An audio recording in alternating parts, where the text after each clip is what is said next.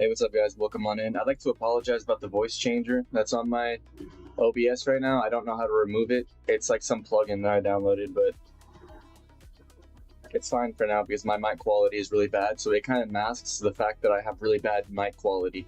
So it works for now. I apologize about the voice changer. Oh, there is no voice changer. Oh, okay, cool.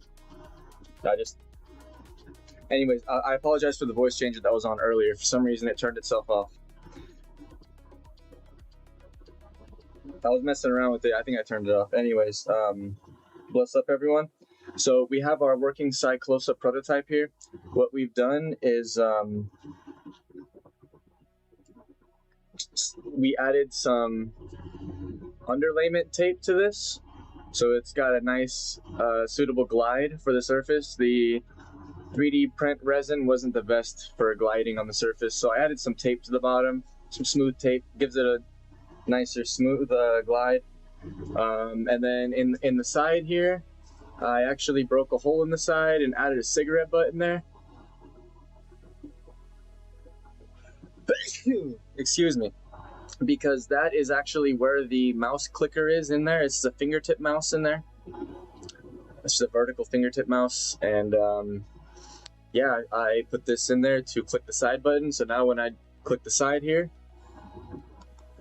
it works as a clicker. It's left click. So this has a sensor and a left click on it now. Like I said, I'm using a cigarette butt as a button though, so it's not really optimal, but I'm really loving it. So right now, I actually want to educate the audience on the most recent discoveries that have taken place since I've actually held this in my hand. So everything has been confirmed that we have been talking about and more. When I hold this thing in my left hand, when I hold Cyclosa in my left hand and I use it, this is the most comfortable, usable mouse I have ever felt for offhand usage. If I try to use a traditional mouse on my offhand, it is not anything like this right here. This literally turns it into a hand tool and gives you full hand control without the higher part of your, without the lower part of your palm getting in the way. This right here is absolutely the best tool I have ever held for offhand usage when it comes to interfacing with the mouse type device. Better than a stylus, better than anything, better than fingertip mice, traditional mice, whatever I have ever felt before. This is the nicest thing for offhand usage. Now, that puts it in a niche category, which definitely puts it in a nice place. It has a place, but for this thing to really prove itself, it needs to stand up in the main hand to a gaming mouse, and that is what we're going to do today. Is we're going to take it into aim labs with the main hand and put it up in some aim training against the standard mouse. And now remember, this is a prototype with a cigarette butt as a clicker, so it's gonna have a little bit of natural handicap to it in the wrong kind of way, like reverse handicap, you know, in that kind of way where it's a prototype. But we're gonna get a really nice feel for the grip logic and the overall idea of this in the main hand. Like I said, guys, just the moment I touched it and I felt this thing in my offhand, and I clicked on some apps and clicked on some stuff on my browser, it immediately, I almost feel like I can use this device in my left hand better than my right hand, because I do have the hand disability where my index finger doesn't bend. So this brings my left hand to life where it feels like my main hand again. It's absolutely amazing. I believe that anybody who gets one of these in their hands is immediately going to fall in love with it. Just everything about it is all coming to life, and I am so proud of this creation. That's me kind of just ranting about it, guys. I'm gonna put on ChatGPT words of wisdom here, kind of wrap it up, and then we're gonna go into some aim training. Just want to make sure this is covered from all angles. So bless up, everyone. Welcome on in. Thank you for being here. This is monumental. This is huge.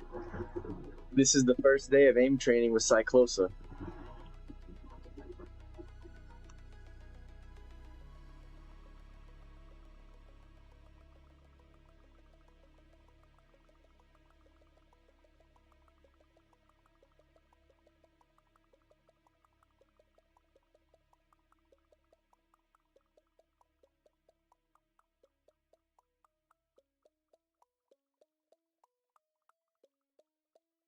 Cyclosa proved something to me the moment I touched it. It is more natural in the offhand than a traditional mouse, and more complete than a fingertip mouse. That was apparent on first contact.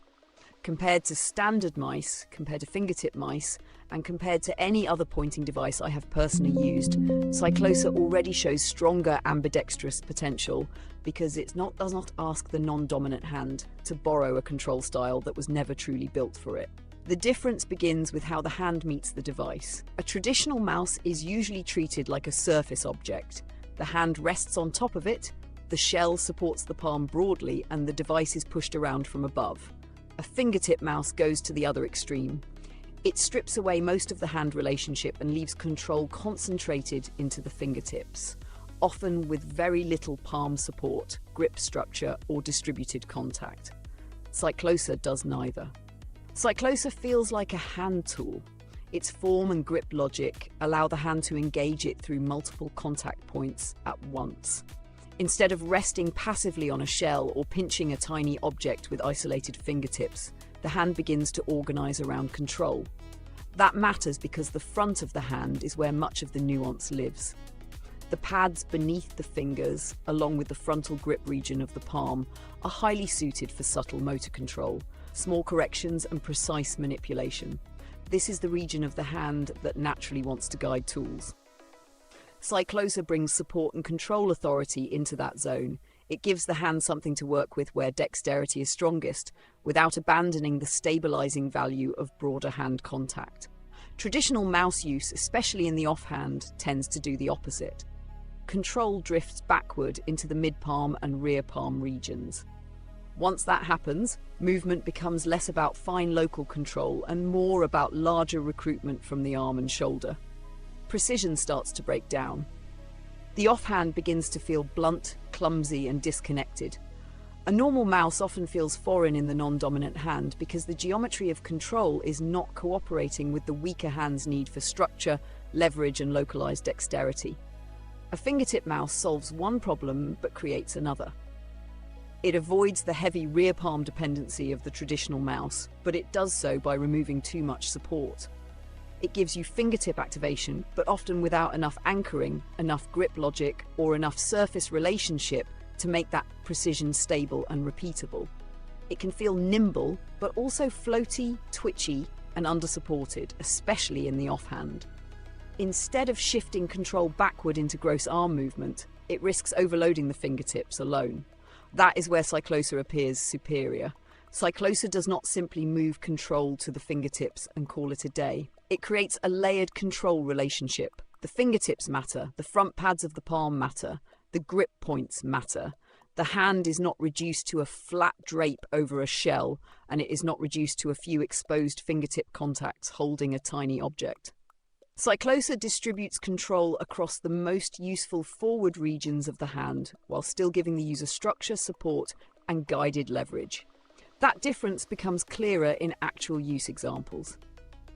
With a traditional mouse in the offhand, a small aiming correction can easily become an arm correction. What should have been a subtle adjustment turns into a broader sweep because the hand is sitting too far back on the device and the control relationship is too blunt. With a fingertip mouse, the opposite problem can show up. The small correction is available, but it may feel unstable because there is not enough palm or grip support to brace against. The user ends up balancing the entire interaction on minimal contact, which can make the offhand feel fragile or inconsistent. Cyclosa sits in the middle in the best way. It allows fine forward control while still giving the hand enough body, shape, and structure to stabilize and guide motion. For example, imagine trying to track a moving target or make repeated small cursor corrections with the offhand. A traditional mouse may encourage the user to drag from the shoulder or arm, especially when confidence is low. The movement becomes broad before it becomes precise. A fingertip mouse may let the user initiate tighter motion, but without support, the hand can feel like it is balancing on a knife edge. Cyclosa offers a third condition. The hand can brace, grip, and articulate at the same time. That means small movements can begin from the front of the hand where nuance is strongest without collapsing into instability or drifting backward into gross movement. Another example is stop-start control. On a standard mouse, especially in the offhand, stopping cleanly can feel dull because momentum is carried by larger body segments. On a fingertip mouse, stopping can be sharp but may also feel too exposed because the contact base is so reduced. Cyclosa appears to support a more controlled stop-start pattern because the hand is not merely pushing or pinching. It is engaging. The multiple contact points help the hand feel where the device is, how it is oriented, and how much force is being applied.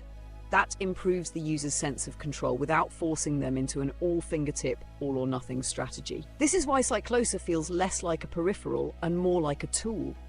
Tools do not just detect movement, they cooperate with anatomy. A hammer, a pen, a knife, or a stylus works because the hand does not merely sit on them, the hand organizes around them through meaningful contact. Cyclosa seems to follow that logic more closely than either the traditional mouse or the fingertip mouse. The traditional mouse gives broad support but often pushes the hand too far back into less dexterous control. The fingertip mouse gives forward activation but often strips away too much structure. Cyclosa appears to hold on to the advantages of forward control while preserving support, grip logic, and stability. That is especially important for ambidextrous use. The dominant hand can often brute force bad design because it has more learned compensation, more confidence, and more refined motor history. The offhand is less forgiving. It reveals the truth more quickly. If a device is poorly matched to the anatomy of control, the non-dominant hand will expose it almost immediately. That is why first contact matters so much here. Cyclosa did not merely feel interesting, it felt understandable. The offhand seemed to recognize the structure. That is a serious signal. Cyclosa's multi-contact surface and front grip support create a more cooperative relationship between hand anatomy and device control. It does not force the offhand to imitate dominant hand mouse use on a tool shaped around passive draping. It also does not force the offhand to rely on fingertip-only control with minimal support. Instead, it gives the non-dominant hand something better, a structured, forward-biased, biologically legible interface. The result is a device that feels intuitive on first touch, more anatomically aligned, and more capable of genuine ambidextrous use. The claim is not merely that Cyclosa is comfortable. Comfort is not enough. The stronger claim is Cyclosa is to shift control authority into the most useful forward regions of the hand while preserving the support needed to make that control stable. That is what separates it from the traditional mouse, which often collapses backward into arm and shoulder recruitment. That is also what separates it from the fingertip mouse, which often collapses inward into isolated fingertip burden. Cyclosa seems to do something rarer. It gives the hand a structured way to be precise. It uses the strengths of the fingertips without abandoning the front palm. It uses support without drowning control in passive bulk. It behaves less like an object being pushed and less like a tiny gadget being pinched, and more like a tool that the hand can actually inhabit.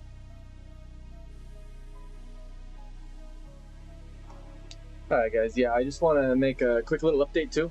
So I have a table right here that's a drawing table, and it actually tilts forward and backwards or whatever for a drawing. And if you give your table a forward tilt, this will probably work on other types of mice too, but if you give your table a slight forward tilt, it really gives you a nice point of contact for your arm to have a little bit of, so you can rest even more. Your palm and everything. Kind of hard to explain, but yes. Slight forward tilt on the desk absolutely will help while using Cyclosa if you have the ability to do so.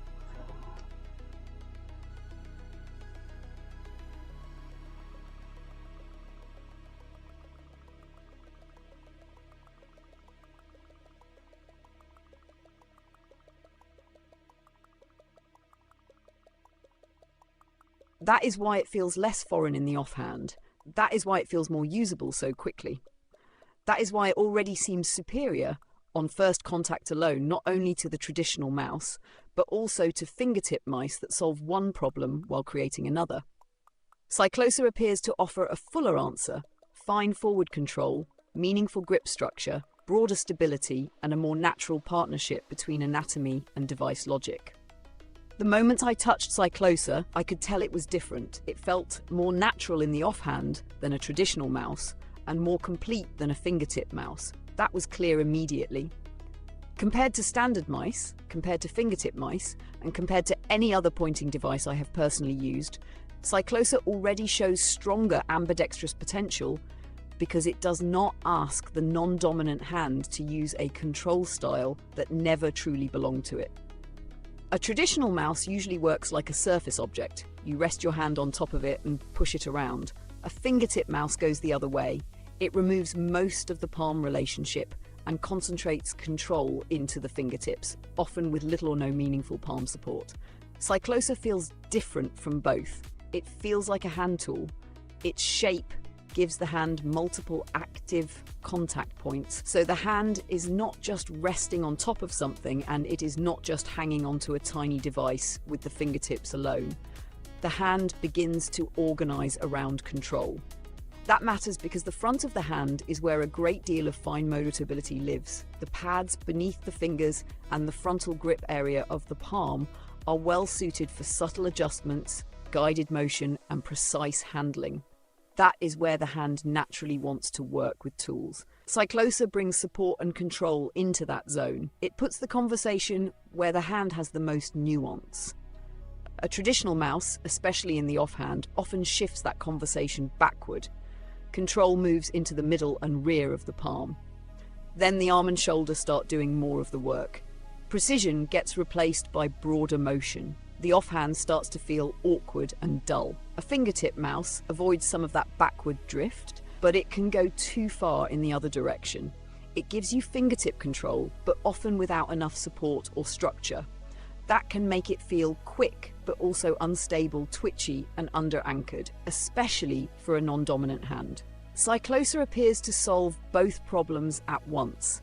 It keeps control forward where dexterity is strongest, but it does not abandon support. It uses the fingertips, but it does not burden the fingertips alone. It supports the front palm, but it does not push control so far back that movement turns into shoulder and arm recruitment. That balance is what makes it feel more natural. You can feel the difference in examples.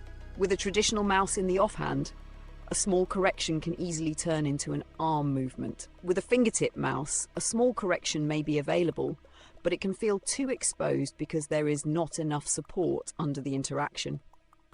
Cyclosa allows the hand to brace, grip, and articulate together. That gives small movements somewhere to live. The motion can begin from the finer forward structures of the hand without becoming unstable or collapsing into gross movement.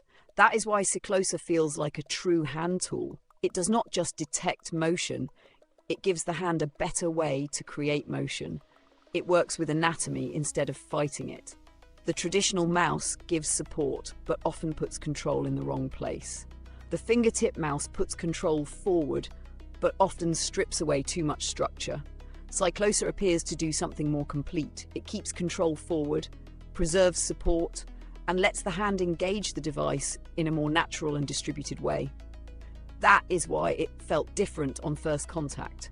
The offhand did not just tolerate it, the offhand seemed to understand it, and that may be the clearest sign of all. A truly ambidextrous tool should not need endless compensation before it starts making sense. Cyclosa started making sense immediately.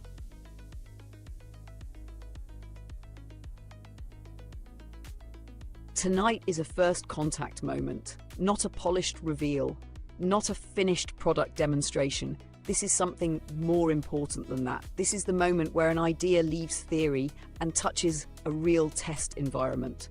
We are bringing the Cyclosa prototype into AIM Labs for the first time, and that matters because a prototype does not need to be perfect to tell the truth.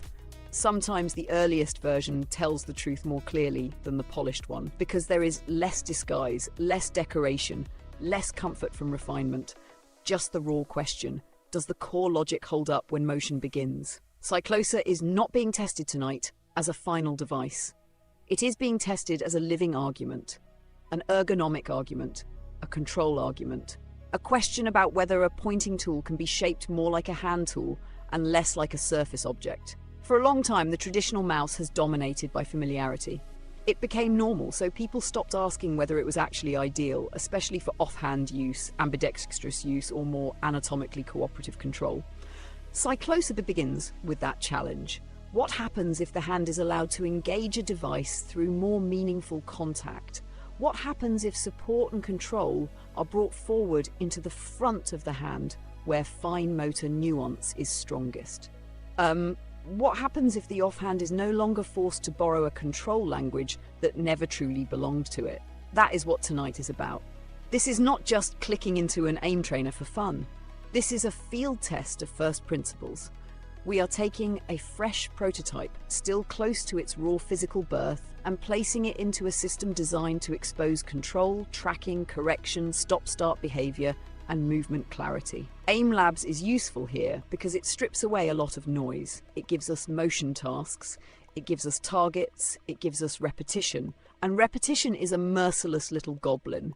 Repetition does not care about theory. Repetition shows whether a control idea begins to organize the hand naturally, or whether the user is compensating for the device every second. What makes this especially important is that Cyclosa has already given a strong first impression outside the test. On first contact, it already felt more natural in the offhand than a traditional mouse. That is not a small claim. The non-dominant hand is brutally honest. It does not hide bad geometry well. A poor tool feels poor very quickly in the offhand. A tool with promise tends to reveal that promise quickly too. Cyclosa already seems to do that. It already feels less foreign, more cooperative, and more understandable in the hand. Now it is time to see how that early signal behaves under motion. So tonight is a beginning, a prototype, a trial, a proof of contact. We are not here to pretend the device is finished. We are here to see whether the core design language is alive, whether the hand can find it, whether the movement makes sense, whether the structure underneath the concept is real enough to survive friction, tracking, hesitation, correction, and repeated use. This is the first AIM Labs test of Cyclosa. The shell is real, the sensor is real, the question is real, and now the movement will be real too.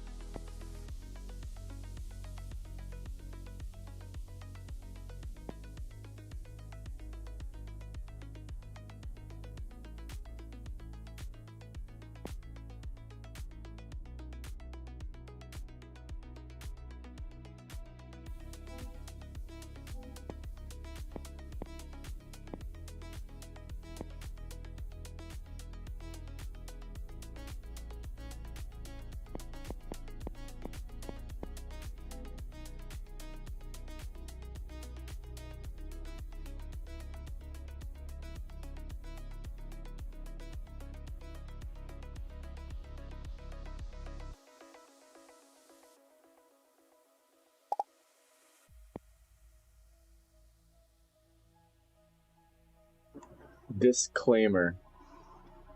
I am definitely not a mouse gamer. I played on controller. So, actually, I never played Apex Legends with a mouse, and I haven't played mouse since Left 4 Dead. You know, I played Left 4 Dead with the mouse, that's about it. But I usually use the melee weapons and shit, so yeah, you guys, just so you know, I want to try this right now where I'm at, and then I want to use the AI to change my settings and see what works for me, because I got the membership for Aim Lab, so I can do the AI calibration or whatever it is. And also, I don't have a right click, so I can't aim down sights. Let's see how this goes. Oh, wait. I'm just supposed to stay on the target. Okay, I'm on default DPI.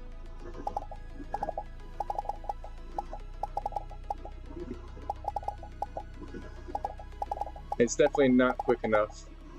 Yeah, I think what I want to do is go to that AI calibration thing. Guys, like I said, I am not a mouse gamer. The only game I really play with the mouse is Left 4 Dead. And I don't take that very seriously.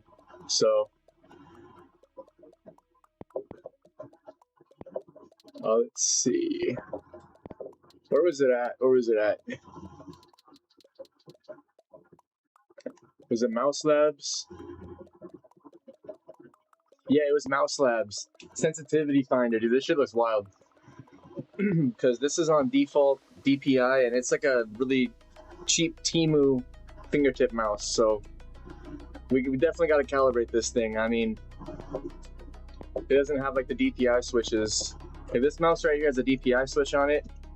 So I have 800, 1200, and 1600 as options. And I think I'm on the 1200 one, but I'm not sure. So it feels a little nicer, but let's see. More you play Aim Labs, get started. Ooh, we gotta download it. See how long this takes. Okay, not bad. We're already at 12%.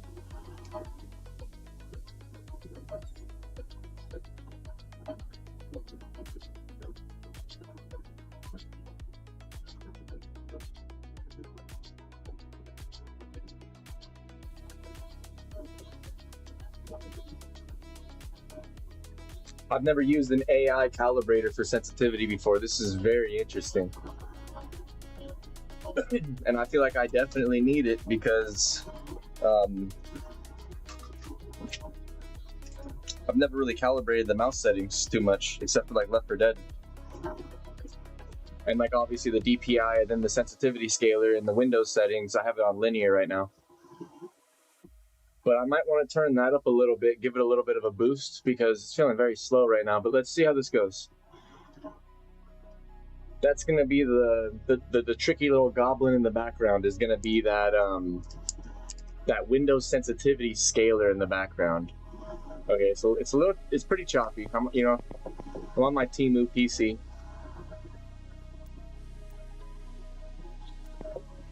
There's the graphics, okay.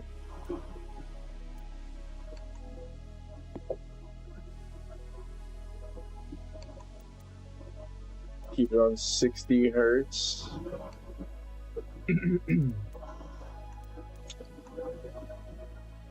Keep losing my mouse. The mouse button. Let's go with the fastest.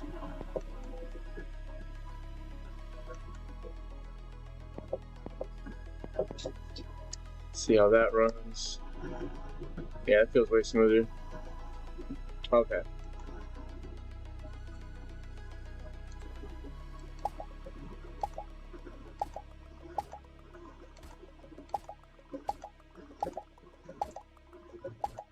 Bro, I'm totally using a cigarette butt right now as my button to click and shoot. This is hilarious.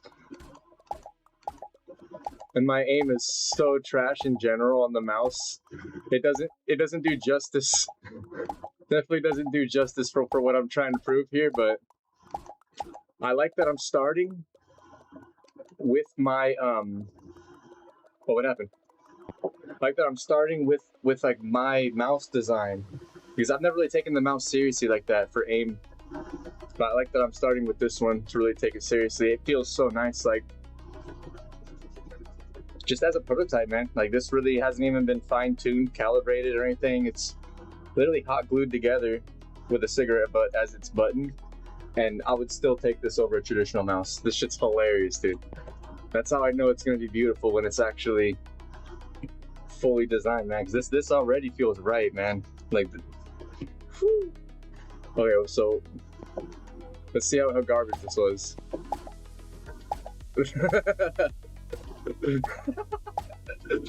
Bro, the aim is so, like, my aim is so bad, dude. My aim is so garbage on the mouse, dude.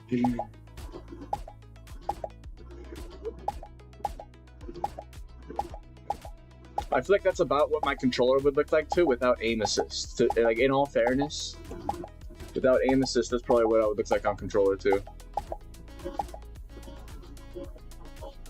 Alright, alright, alright. I somehow missed 4 shots. That's impressive. Okay, phase 2. Oh, I'm supposed to hit those? I don't even know if my mouse sensor is good enough for that, low key. I'm supposed to hit those? Oh, okay. Alright, alright. That makes more sense, bro. Yeah, dude. Good luck calibrating. Oh, this is a slower setting. Okay, so it's giving me different settings. I think it's giving me different settings for each test, because this feels slower. Bro, I cannot hit shit.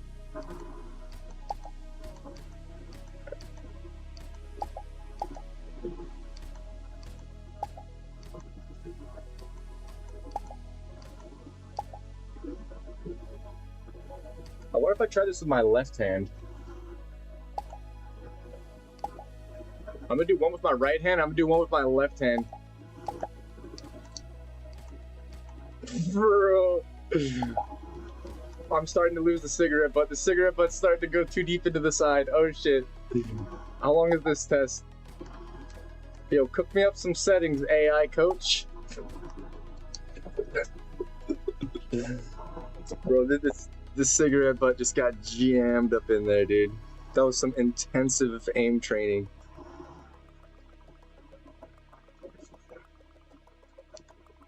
What? Alright, looks like I had 35% accuracy. I hit 25 out of 71 shots. This is hilarious. This is amazing. Let's watch this shit.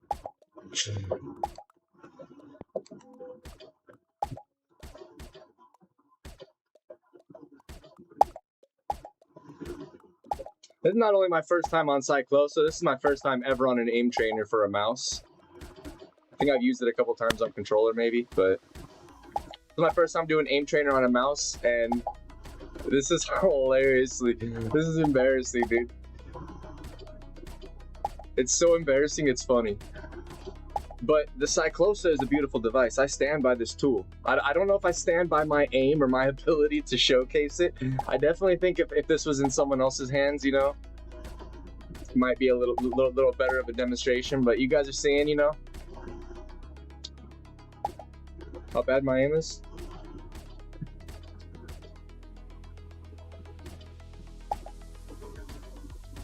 Default DPI though. I haven't really cooked anything up. I haven't really calibrated anything. This is just default DPI, so we're definitely gonna cook something up. Yeah. Good luck calibrating that, AI coach. Oh shit.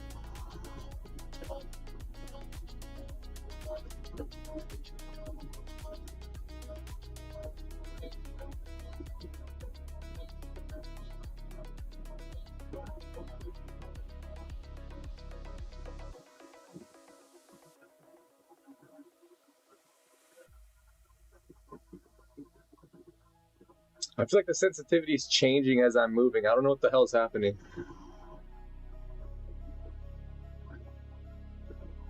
I think it's calibrating.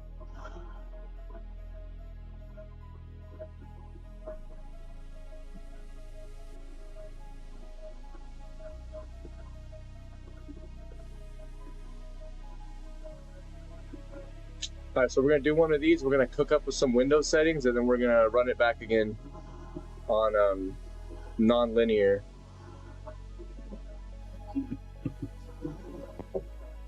That shit is wild.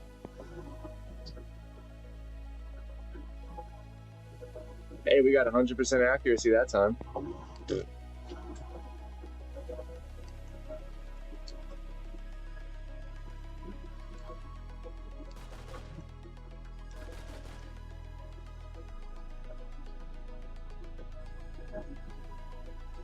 Am I supposed to shoot? It's not actually shooting.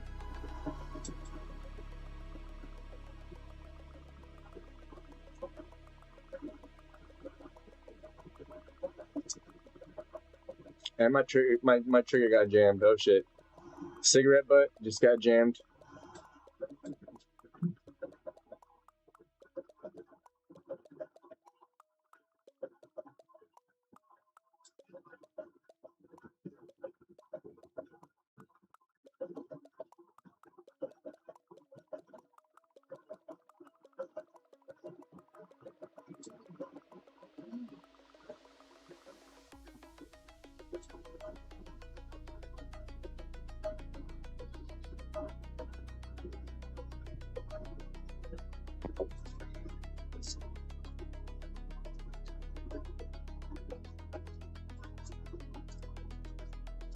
You know, maybe if I just use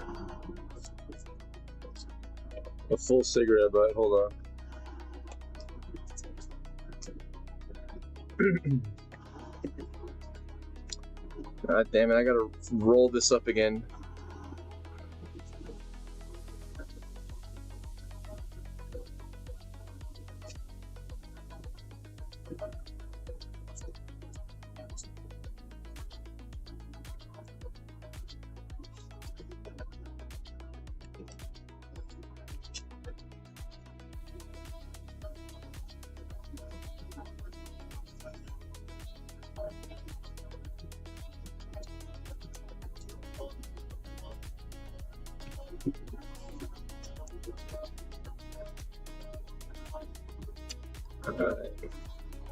It's packed too tight, so we gotta twist this because it's letting me click, but it's not letting me release.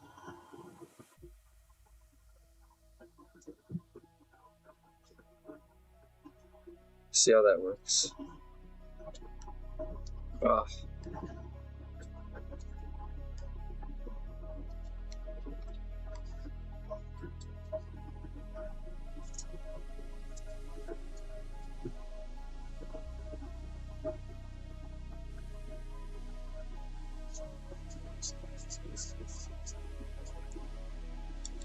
There we go.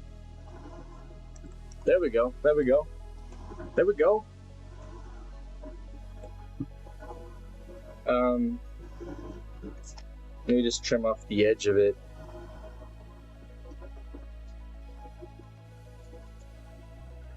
It's not as much as before, though. I think that's what's making it get caught up in there.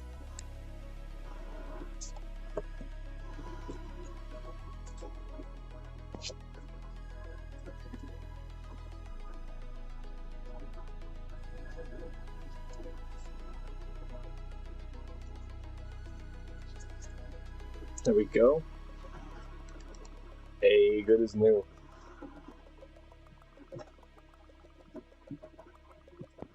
Okay, next task.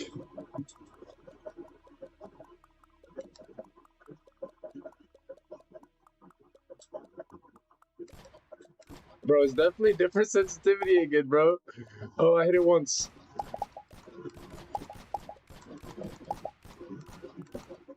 Just shoot the cluster. Just shoot the fucking cluster, dude. Oh shit. There we go. There we go.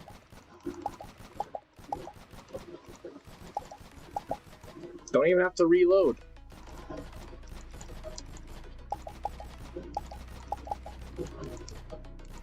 Okay, I gotta clip. You know, with the cigarette butt as the button, I just gotta click with more of my fingertip. You know, I was using too much of the base of my thumb pad on that cigarette butt. Like, you know, that was a big part of it.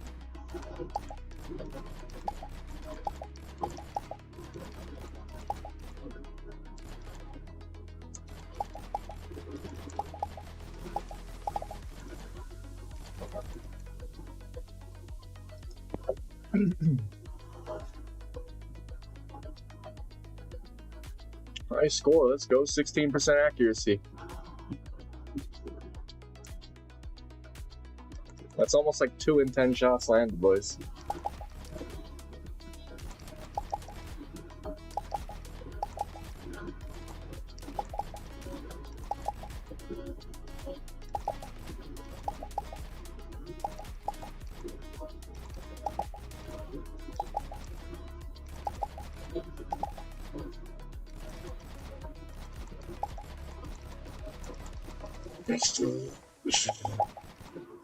Bro.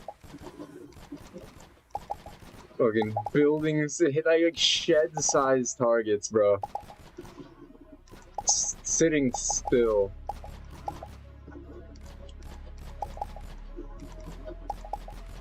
Definition of couldn't hit the side of a barn right here. This is crazy.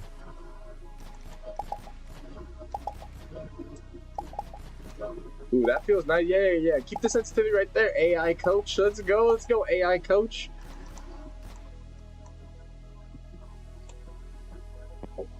Those feel pretty nice towards the end there. Hey, 20% accuracy. We went up 4% on the still targets.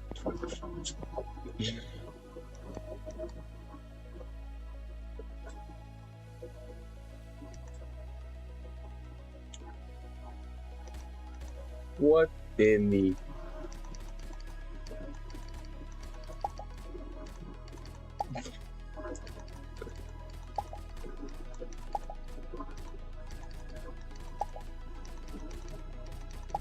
Oh yeah. You know, I'm working my grip. I'm working my grip on this thing. I'm feeling all the little micro positions I needed to sink in. It's my first time using it, guys. You know, I gotta use oh, cigarette tip got jammed. Here we go.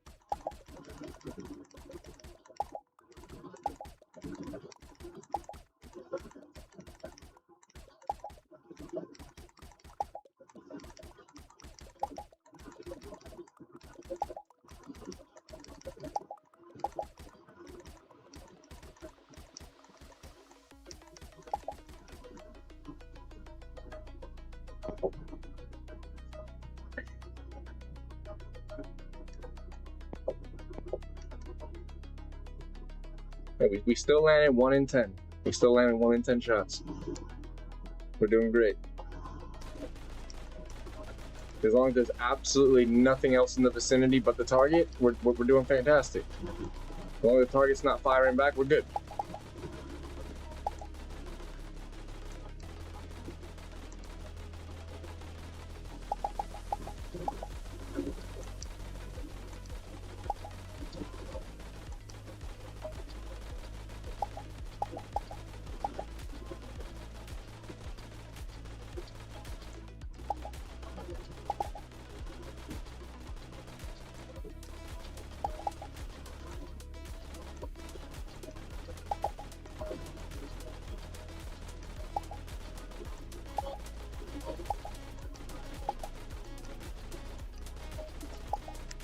Am I supposed to be like changing my settings during this, I wonder? I don't know, like it's supposed to be, I think it's gonna like calibrate it at the end. I don't know what's going on. We're just gonna keep running these tests. They're just like lab ratting us real quick. They're just picking up all this data real quick before they give me my settings. Where's me goddamn settings there, bud? Yo, how many of these tasks we gotta do for you pump me out some crisp, crunchy settings? Tile frenzy speed?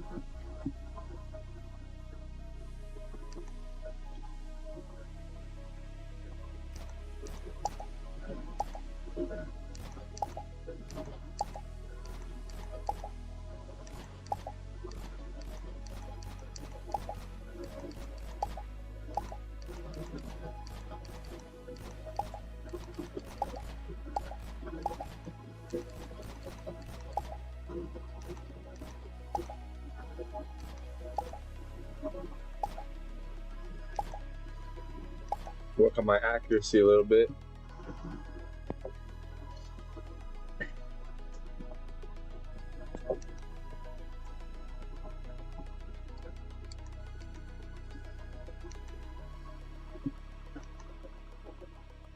The wiggle shrink?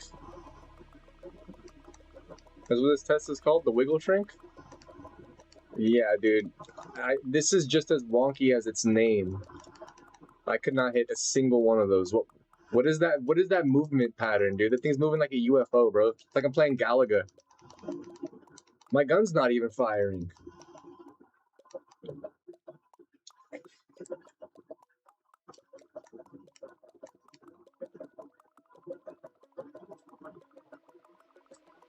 I don't know what's happening.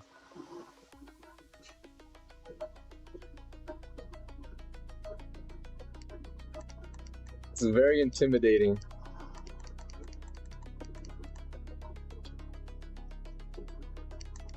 I can't shoot them. They're just hovering over, intimidating me. They're just mocking me. That's the word. They're mocking me.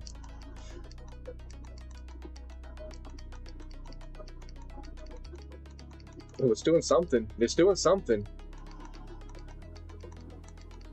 Bro, it does not feel like 800 DPI anymore.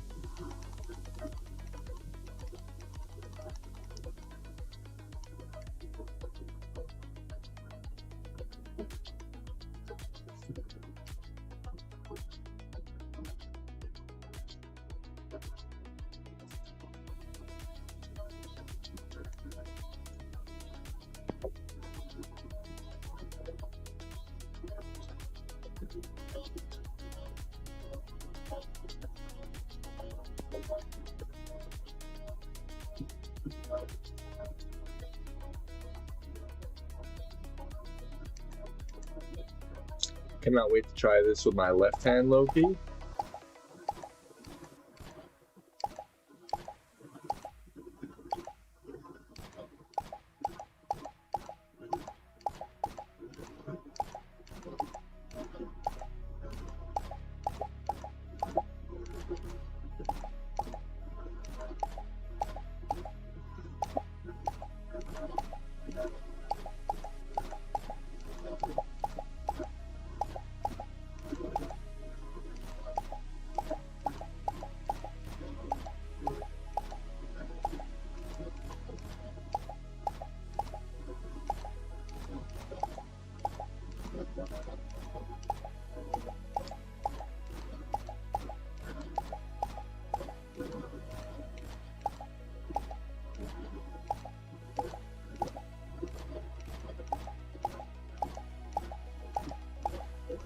Hold on, wait. If I keep the device moving by doing a twisting motion, like a pivoting kind of motion, I can pivot into my shots and do some really crazy micro adjustments using these extra point contact points. It's like a little dance.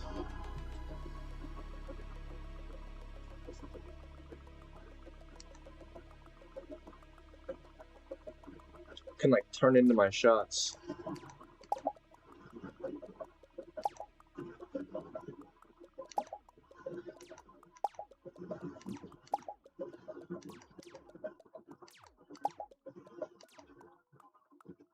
What the hell?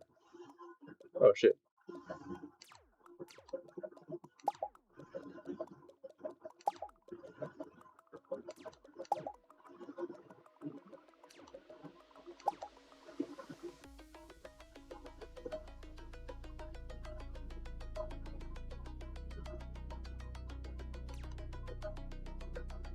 What?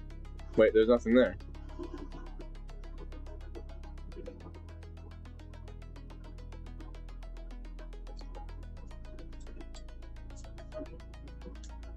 That was weird.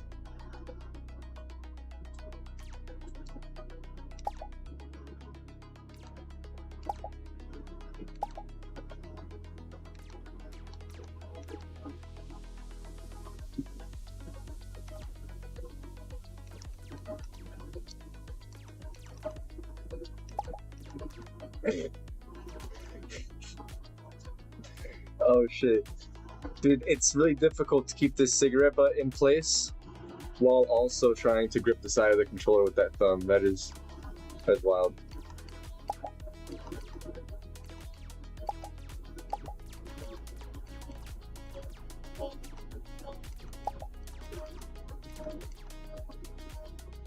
I'm pretty sure this AI coach is gonna come back and be like, "Bud, I don't think we can help you."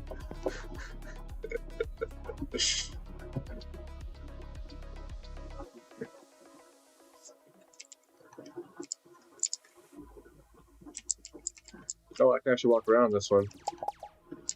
Oh, what the hell? Ew, keyboard movement. Keyboard movement in a first-person shooter. Like, I don't know why I hate it so much. Even though it's probably so good for strafing and peeking and stuff. Oh my god, I hate this so much, dude. This is awful. This only works in Left 4 Dead.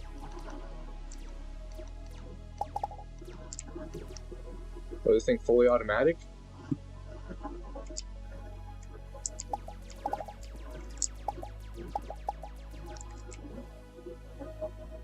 For the love of God, give me a joystick. Somebody put a joystick on my keyboard, please. Why do keyboards not have joysticks on them? What is this WASD crap?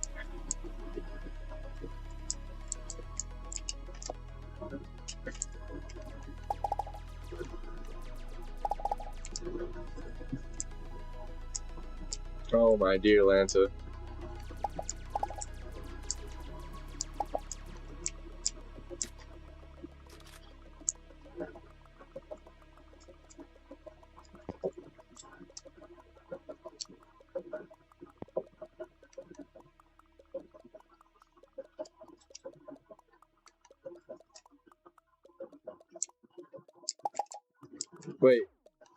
Wait. It's moving me.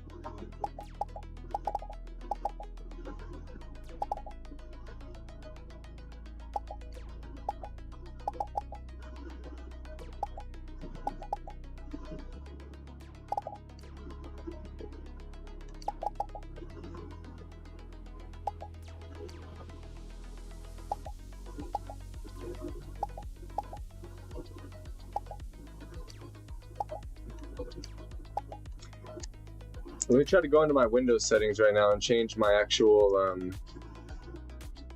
sensitivity scaler. See how much that helps. This just does not feel right. The actual sensor, the actual Temu mouse fingertip mouse sensor.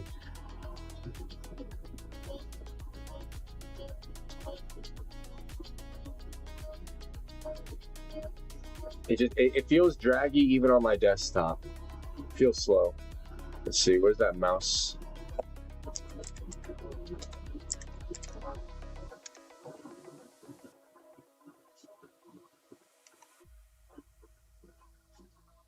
Alright, so we're on 10 for mouse pointer speed. We're gonna put it on 15. See how much that changes.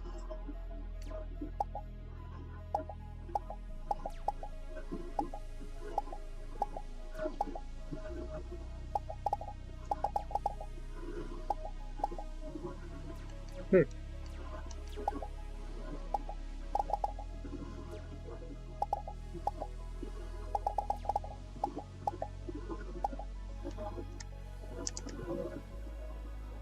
think it feels a lot nicer. Should move that up to 20 and max it out.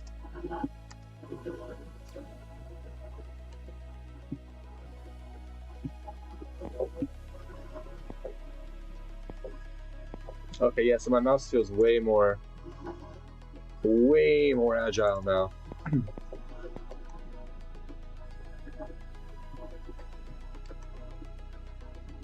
We just moved it from linear to like high velocity, basically.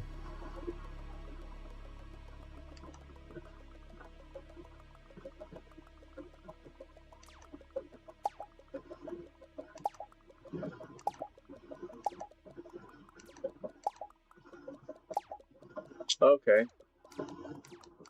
Yeah, it feels pretty nice, maybe a little too fast. So let me go bring that down to like 17.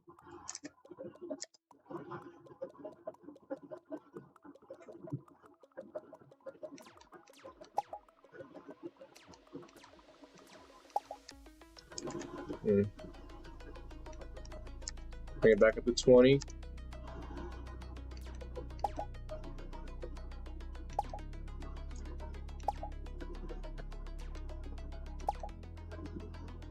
Yeah, it feels nicer. I think it's just because my DPI is so low.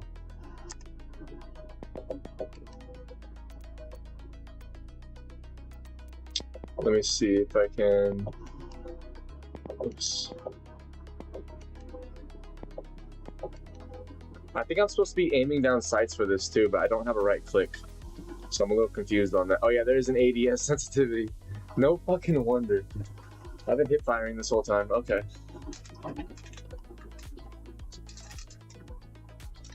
I don't know if that's normal or not.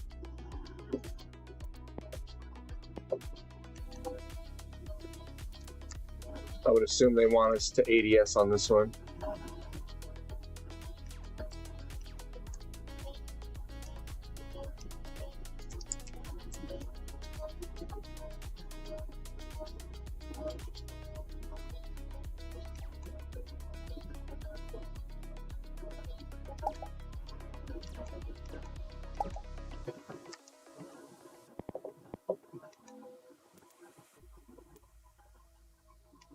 Bring that down.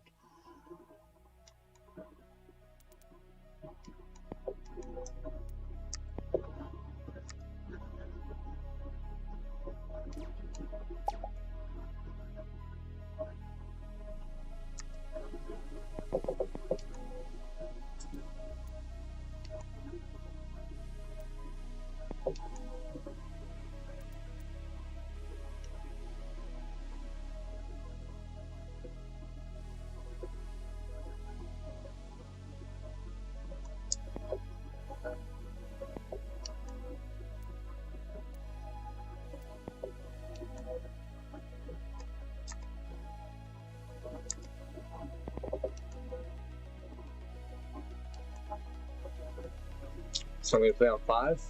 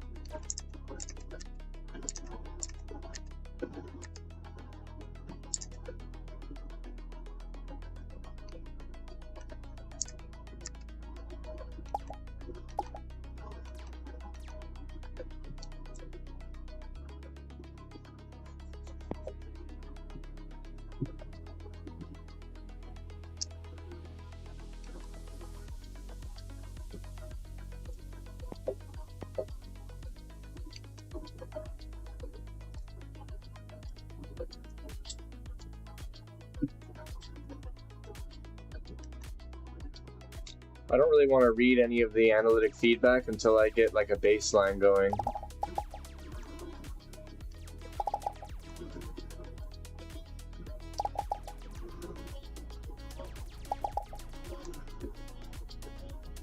This doesn't feel too bad. It's better, that's for sure.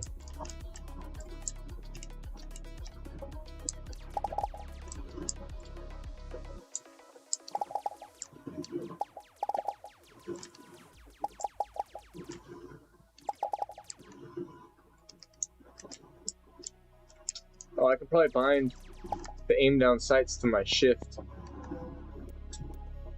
Let's see. Binding.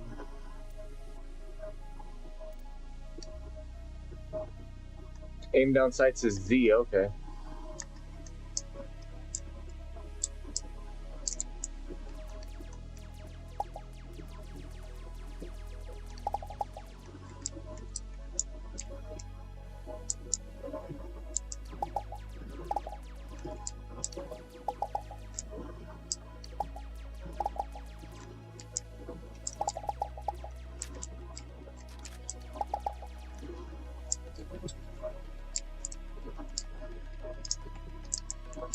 Oh, the sprint button too, okay. That's sick. This is fun. I'm doing a little better now. I haven't even changed my DPI. I think my DPI is still on default 800.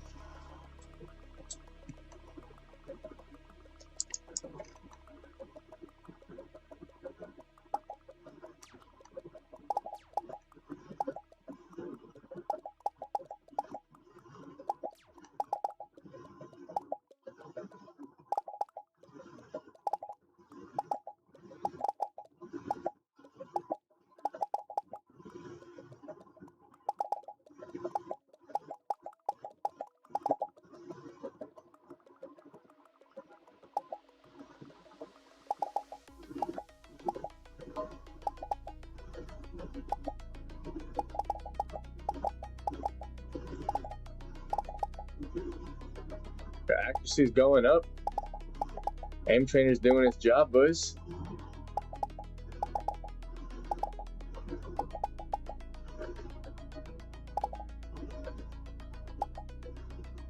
Slowly but surely.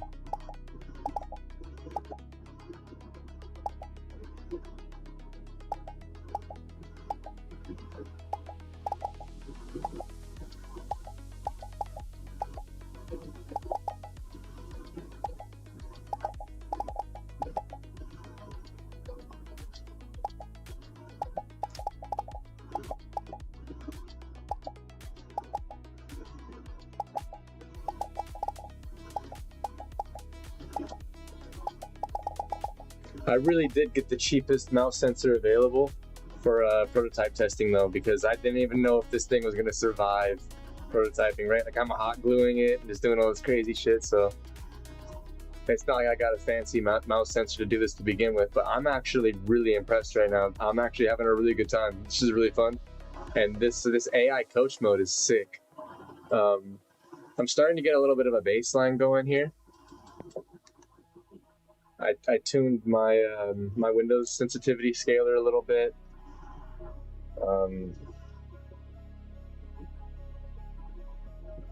And I think I'm working right around the recommended settings right now. Yeah, I am. I'm working on the recommended settings. I'm feeling pretty good. It's actually a really cool feature.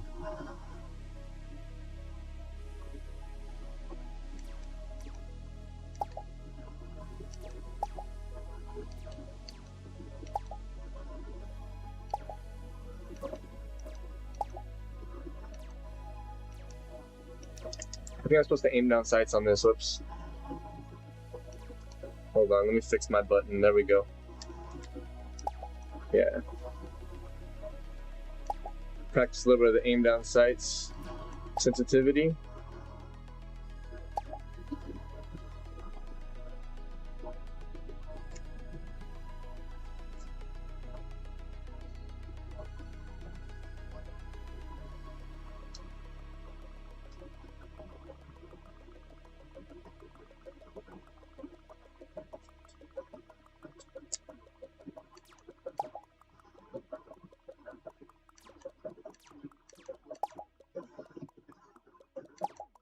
Aim down sights could be a little snappier, but I prefer my aim down sights to be a little faster than my hip fire, if I remember right. It's been a while.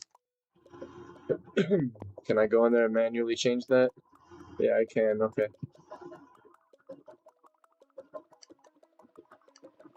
I don't know. That's on controller, though. I don't know about mouse. Let's see. Let's move that to 1.2.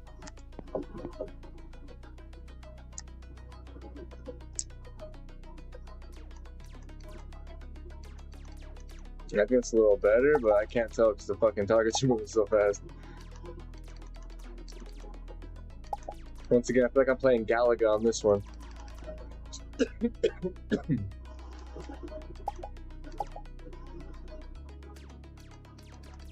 I might even go for a little bit faster on the ADS, maybe?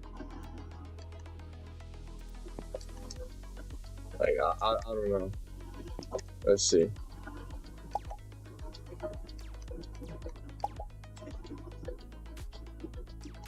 Readjust my grip on this cigarette butt that keeps sliding sideways on me. Let's see if I can fix this for the next round. I'm gonna go try some different game modes. I just want to calibrate my settings real quick. Really just doing this game mode right here to calibrate my settings. Try to get a baseline established.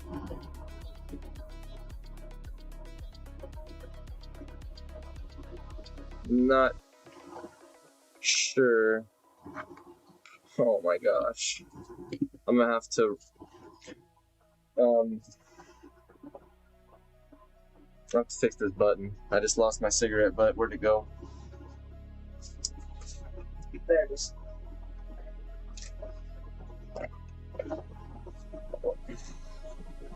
Should probably just bite the bullet and glue this thing into place. What do you guys think?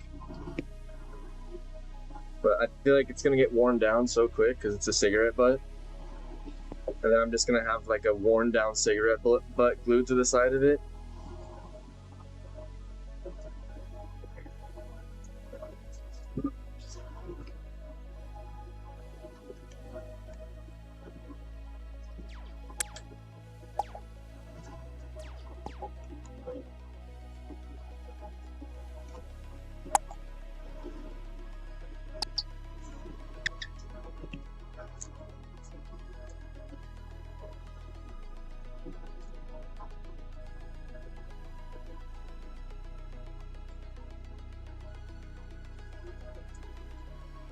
Use that filter. Rip a little piece off of that filter, pop it in there. Ooh, hoo, hoo. That's feeling crisp. Let's go.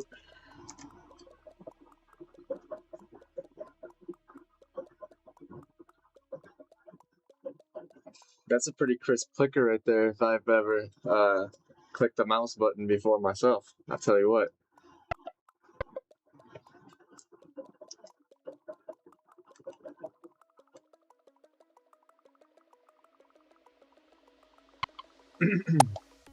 Okay, guys, one second. I'm hearing some feedback right now. I don't know what the hell that is.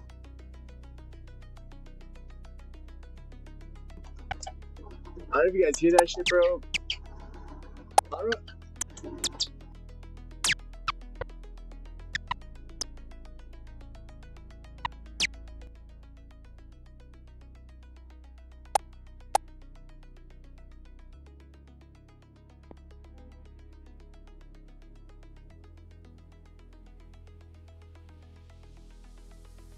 Yeah, I think that was the aliens trying to reach out to us. Oh shit. That's crazy. I don't know what the hell that was. That must have been the game or something. I don't know. I have it muted though. Like, you guys can see that it's muted on there. I don't know why there was sound coming out of it. That's so weird.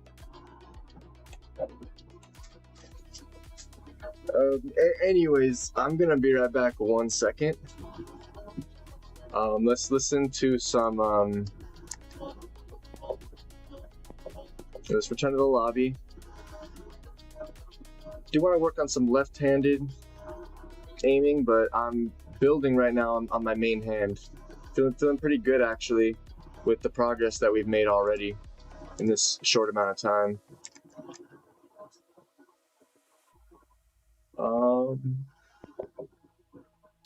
Let's go back here for now.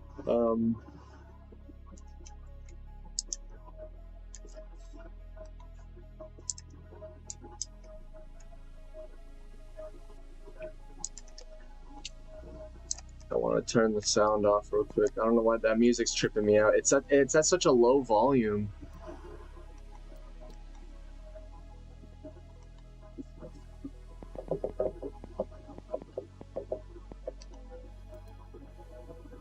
Okay, it's only at 50%. That's why.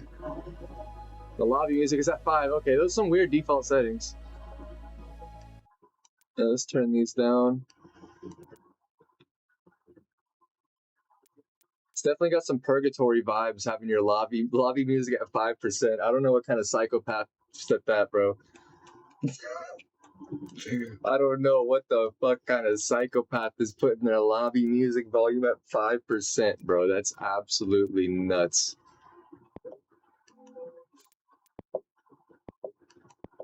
Okay.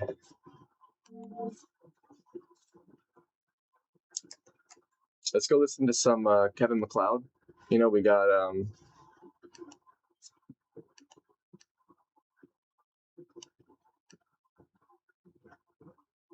a minute here before we start our next one.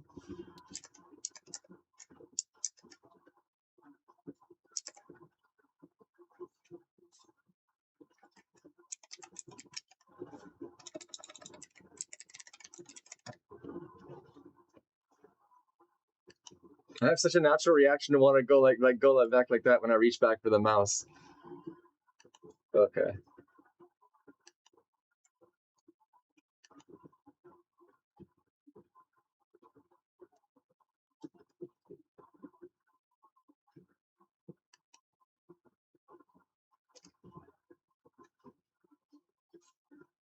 Looks like YouTube is not loading, but that's cool. We are kind of pushing the GPU right now on this Temu PC.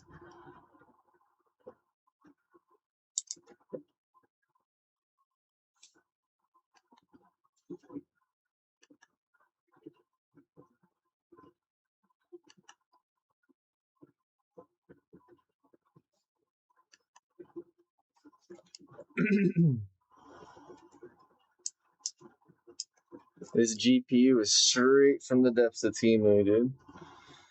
Yeah, I got this PC for like 80 or 90 bucks. I really don't know how it's streaming and running any kind of Aim Labs or video game. Absolutely wild. But apparently Chrome is where I might have reached the limit. You know, Chrome might be asking too much here.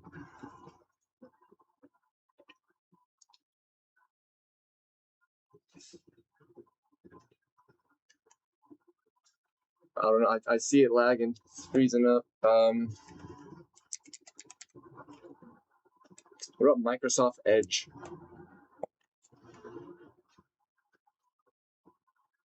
Dude, Edge opened immediately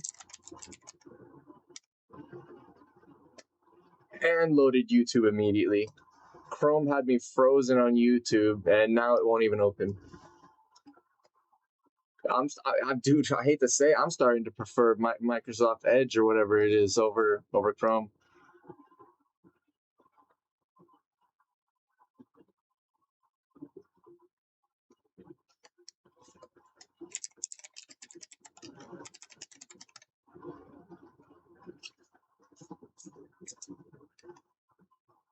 Chrome still hasn't opened, dude. I don't even know if it's gonna open. That's crazy.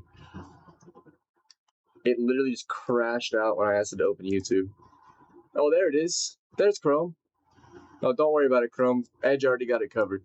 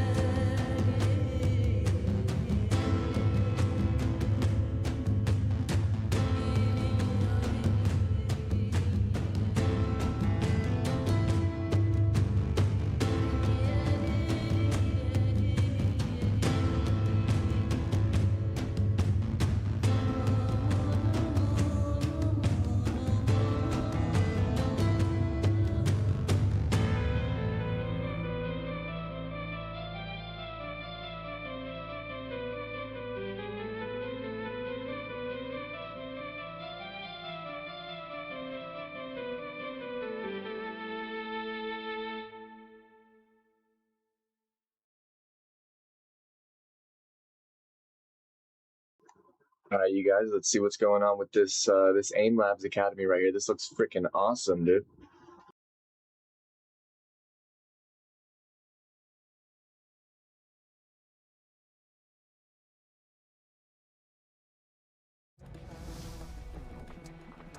Hello everyone, welcome to AimLab's Quick Start program. My name is Cartoon. Today, what you're about to watch is a quick start guide for AimLabs and aim trainers in general. Hello everyone, welcome to AimLab's Quick Start program. My name is Cartoon, and I'm gonna be showing you around today. What you're about to watch is a quick start guide for AimLabs and aim trainers in general. A welcome to all new players. Most of you probably don't know me, so as a very brief introduction, you could say I'm an avid aim enthusiast. I've won worldwide aim competitions and hold multiple AimLabs world records. I've also gotten the chance to coach multiple Tier 1 and Tier 2 Valpros, including Ye and Paper Rex Jing. First of all, let's talk about aim training, what it's gonna do for us and what it's not gonna do for us. There are many myths and misconceptions regarding aim that hopefully by the end of this tutorial, you'll leave with a better understanding of some of them. Let's start off by thinking about FPS games as the sport and aim labs as your gym. Playing aim labs is not going to teach you some things about the sport, such as better positioning, game sense, or any type of game knowledge whatsoever. You'll learn those inside your game. But aim labs can definitely help us target the one key component shared by all FPS games, our ability to aim. More so, if you think about it, we spend very little time aiming and shooting actively in our actual games. Aim training enables a space where we can dedicate a lot of repetitions to target specific things about our aim, which otherwise we wouldn't be able to do. Aim training can improve the efficiency of your mouse movements, it can help you adapt to more difficult and rare aiming scenarios so whenever they do happen, you're prepared, and enable you to feel more in control over what you want to do with your mouse. You might see super fast improvement over the span of a week, or maybe after a couple months, but if you properly pair your daily routine and select the proper tasks for your game and skill level, you will look back to when you started and you will see a completely different player. I personally started out because I wanted to improve my aim for Valorant when the game just released, and I got hooked to pushing my aim to the best it could possibly be. Months go by and I saw myself close to getting world records and competing with other top aimers from the community. If you feel like your aim is the thing that is holding you back in your game, complementing your day-to-day with even 15 minutes of aim training is going to make a big difference in the long run. So that's enough talking from me, let's get to shooting. Don't worry about your sensitivity or settings for now, we will change them later.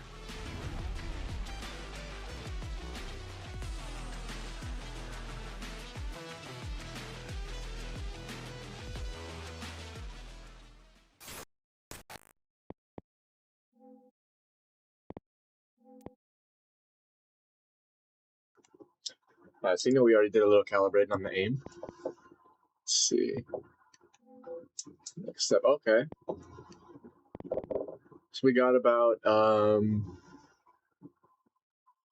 15 minutes of videos to watch here. Let's check it out.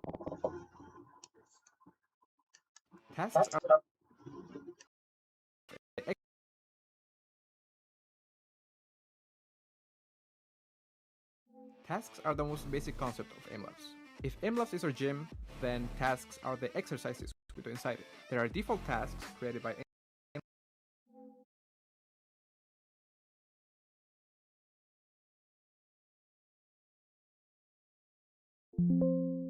track and of course grid shot, but also because we do inside it. There are default tasks created by aimlabs such as six shot, sweet track, and of course grid shot. But also because aimlabs allows you to create your own original exercises, there are also thousands of community created tasks you can search for. Tasks usually are 60 seconds long, some are longer, some might be shorter, but all tasks have their own unique characteristics that you might need a few repetitions to get the hang of. For that, you can actually group tasks in a playlist. If you ever heard of a particular pro player's aimlabs routine, that's exactly what playlists are. Collections of specific tasks with a particular goal or focus in mind, usually made for a specific game. Tasks fall in different categories. We can do a very basic categorization of this by grouping them in 3 different categories. We have flicking tasks, which are usually characterized by fast and precise mouse movements from one point to another. We have tracking tasks, which feature smooth mouse movements that mirror the actions of a target. And we have switching tasks, which test our ability to quickly acquire and adjust between multiple targets. Kind of the mix between flicking and tracking. Now it's time to put you to work.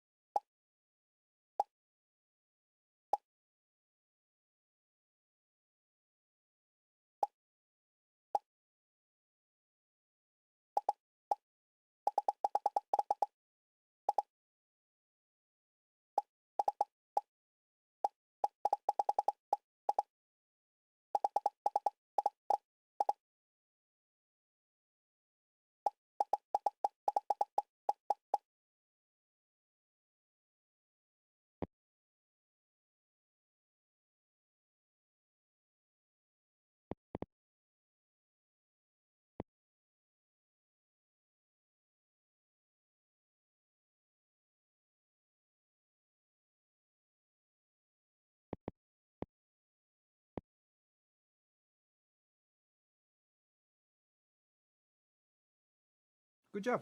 That should give you an idea on how some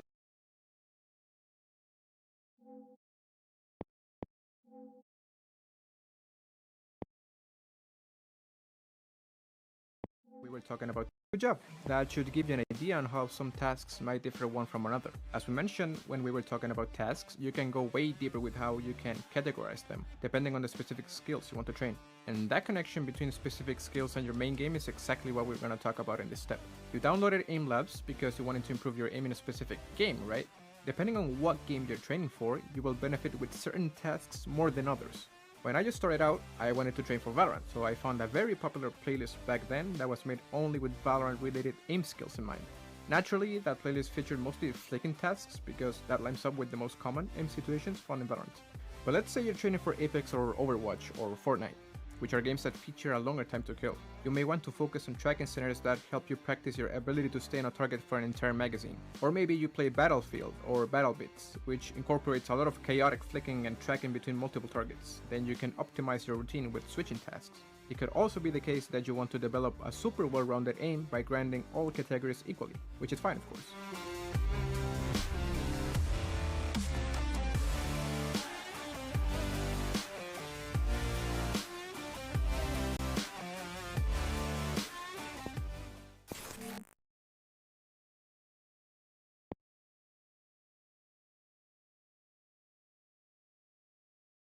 Once you've established what aiming categories and skills are most relevant for your game, remember not to just grind the same task or tasks over and over again. The more variety you keep in your routine, the better the skills you develop in Aim Labs will translate to your main game.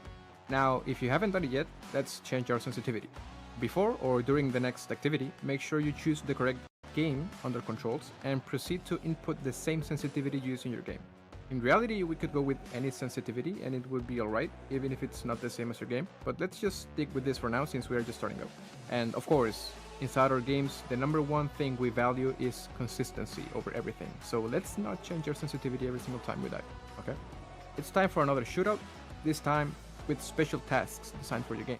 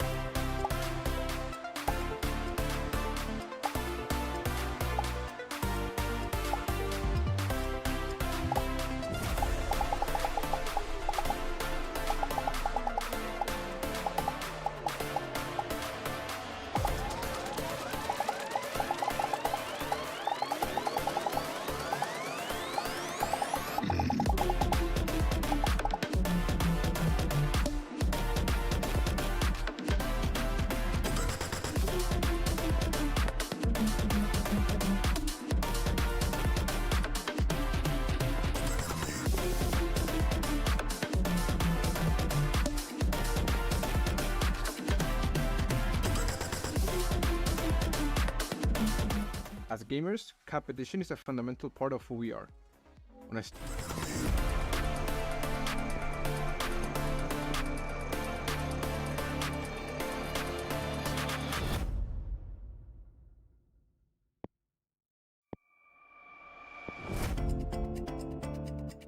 Competition is a fundamental part of who we are. When I started out, I was just trying to improve myself, but the more I felt like I was part of a like-minded community, the more rewarding it became to climb the leaderboards. It's been awesome to pick up small tips from people I've met and be able to look back and feel confident in things I used to really struggle with personally. For example, tracking. I think if you take aim training seriously, you can reach that feeling of accomplishment too.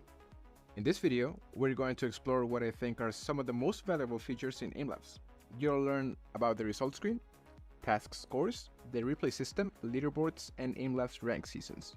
When you finish a task in AimLabs, your score is automatically submitted to a global leaderboard that helps you visualize where your aim matches up with your previous scores, other top aimers, and your friends. Next, you'll be looking at a result screen which tells you how you did in the task you just played. What was your score, how many shots you took, your accuracy, and many more detailed stats. The thing most people notice right away is their score. Scores are a fundamental part of playing tasks within AimLabs. Your score is the feedback on how well you did alongside the more specific feedback offered by the trainer.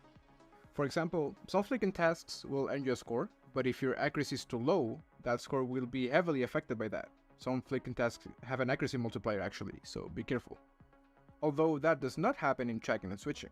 In these two categories, score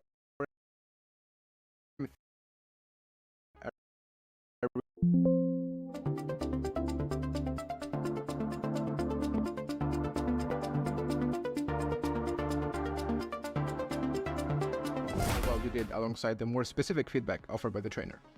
For example, some flicking tasks will earn you a score, but if your accuracy is too low, that score will be heavily affected by that. Some flicking tasks have an accuracy multiplier actually, so be careful. Although that does not happen in tracking and switching. In these two categories, score and accuracy mean the same thing since there's no clicking involved pretty much. From the results screen, a really cool feature is that you can actually see the replay you just finished or previous ones, or actually replays of any other player that you see in the leaderboards. so you can see kind of what the pros are up to in popular tasks. You can compare it to other people in the leaderboards and even check the settings that they were playing on. Most people have never really watched themselves aim, to be honest, while it's super valuable. Just as VOD reviewing yourself in your game. Replay system can help us identify, for example, bad habits when flicking, such as overflicking, not starting the flick with high speed, dragging our mouse instead of flicking, etc. There are also a couple of visual aids that you can toggle which might help us identify bad habits like the ones I mentioned previously, such as the trading path, which it indicates how fast our movements were. Now, if you're someone who is always looking for new and interesting tasks to play, AimLab has its own ranked ladder and seasonal rank specific tasks across flicking, tracking and switching. If you have played any other competitive games, then this rank system should feel familiar to you and give you that same dopamine rush when you achieve a new rank. All of these tools and things we just talked about are all to direct you towards a healthy competition, with yourself, with your friends, or with people you look up to.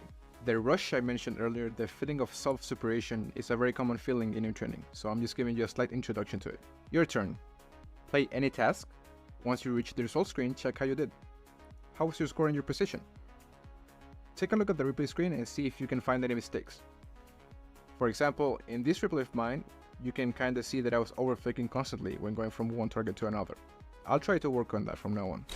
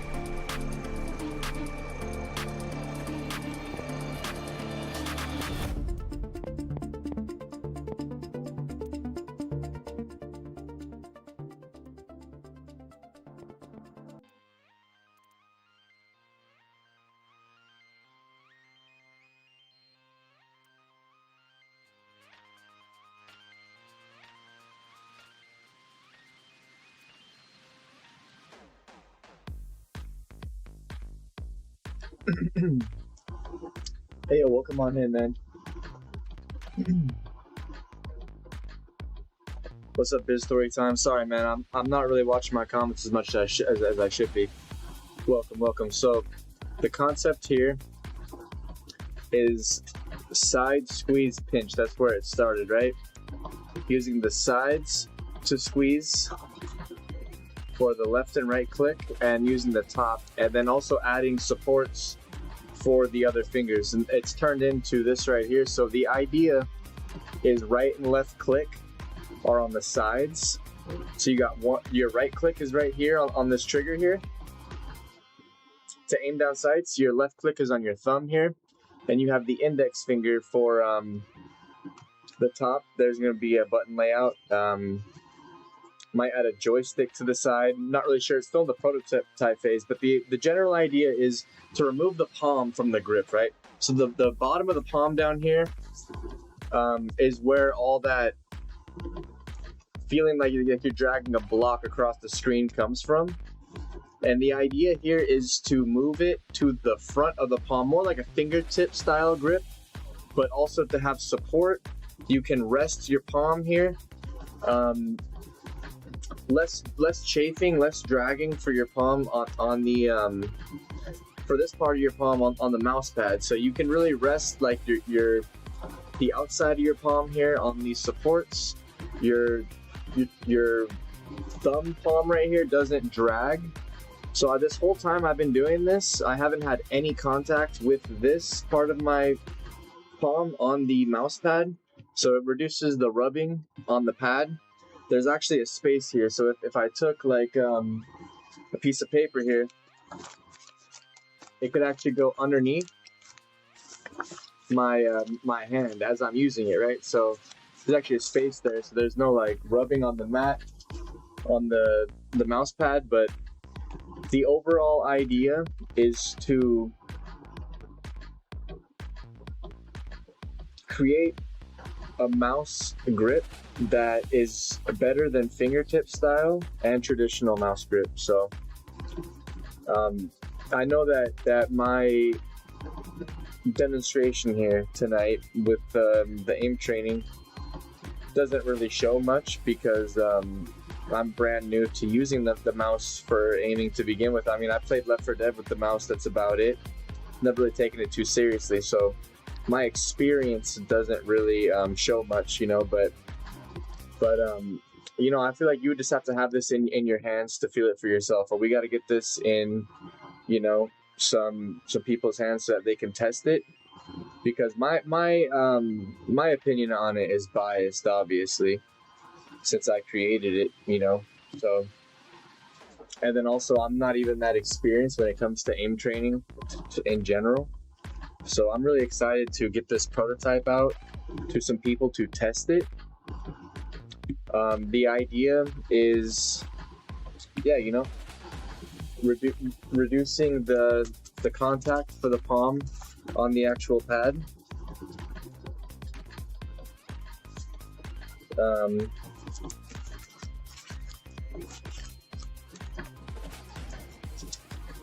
So that, you know, there's no like dragging.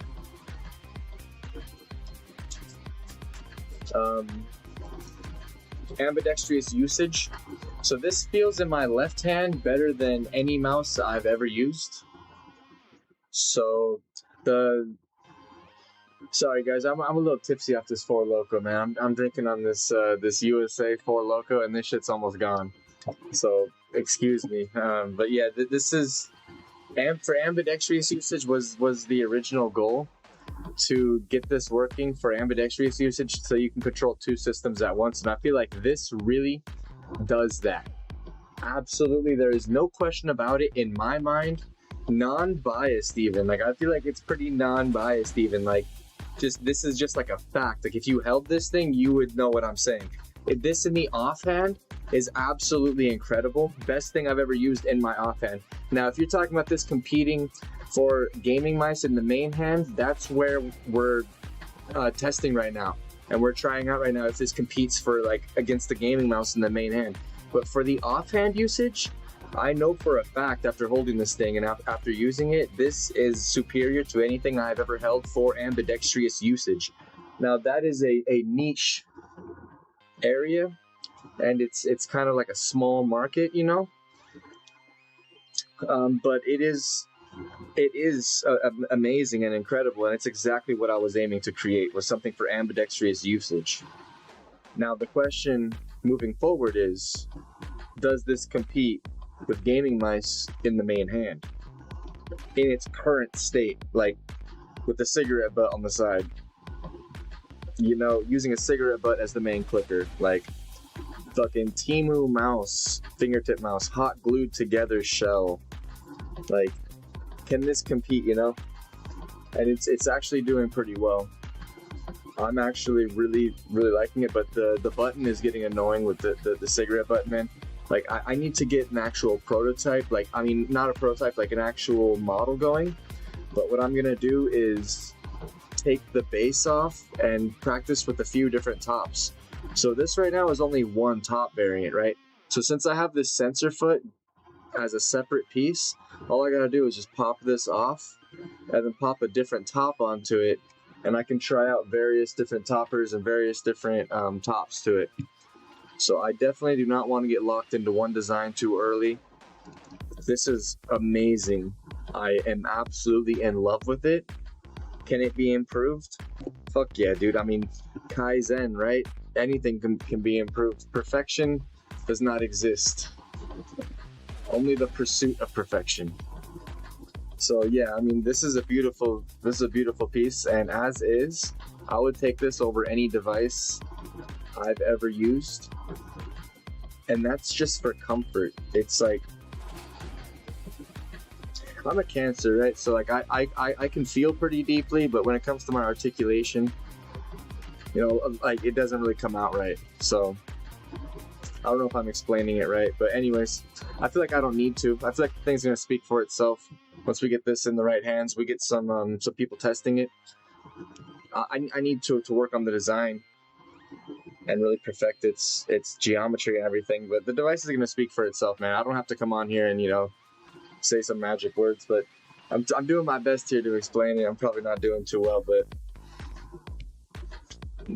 I'm aiming to design and create something that speaks for itself, because Lord fucking knows I am not the one to articulate it.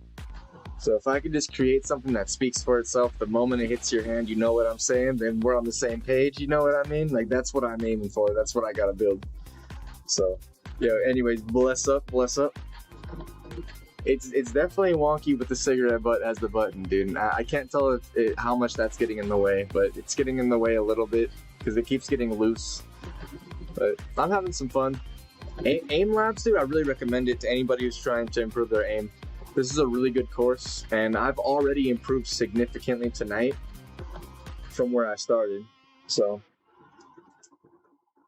the one thing that I think would benefit somebody that they haven't mentioned yet, though, is the actual sensitivity scaler in your Windows settings. I think that they mentioned the game settings or whatever, you know, a little bit, like the mouse settings. And I think it mentioned your DPI, which is really useful. But I haven't seen anything yet to mention your actual Windows sensitivity scaler, which is pretty important. And, you know, I think it defaults on 10, which is linear. So if you don't touch it, it's in a pretty good space spot to begin with. But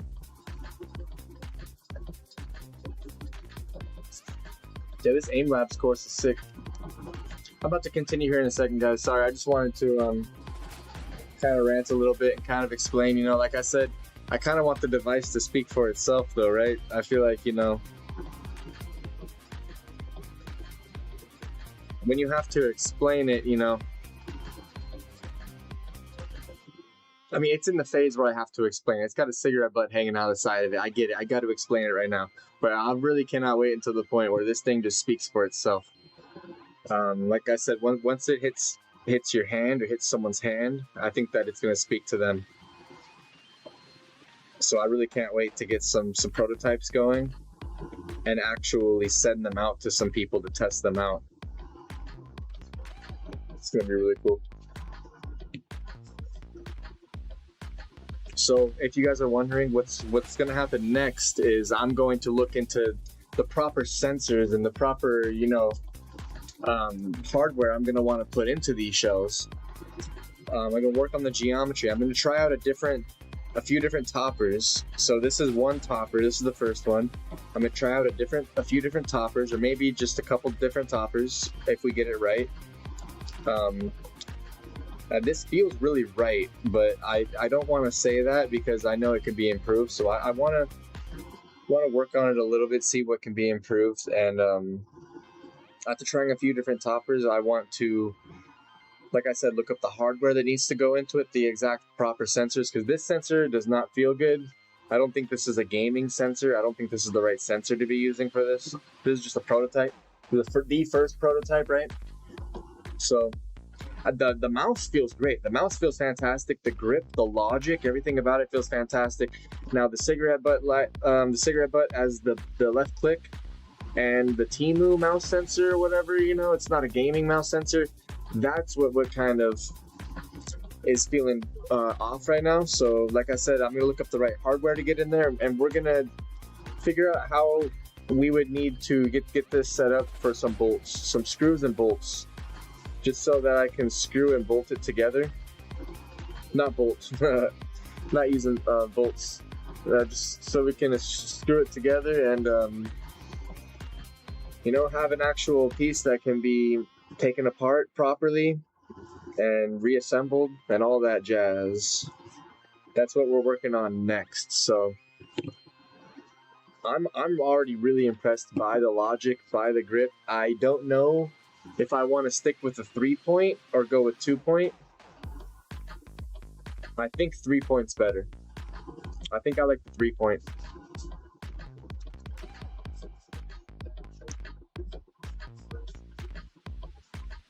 But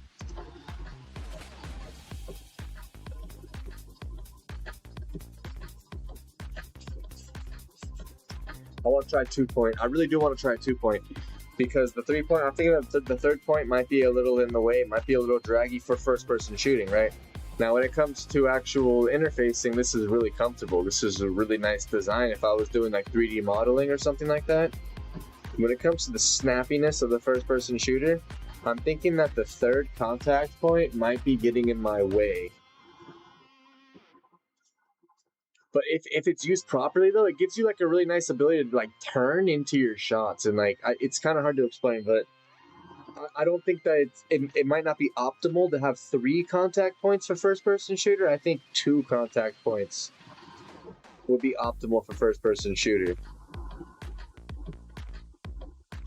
But I really want to test the 2 contact point next. I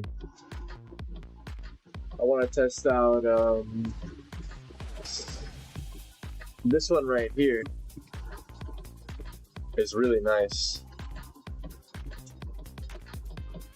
So I'm thinking about testing out one of these where it doesn't have all the grips and stuff on it. And it's got the same grip logic though, right? So you're squeezing it with the side of your middle finger and with your thumb, and you have your index on the top. So it's the same kind of grip logic, but you just don't have the handle. So it's less of a tool. These are the 2 main designs that I really like right now.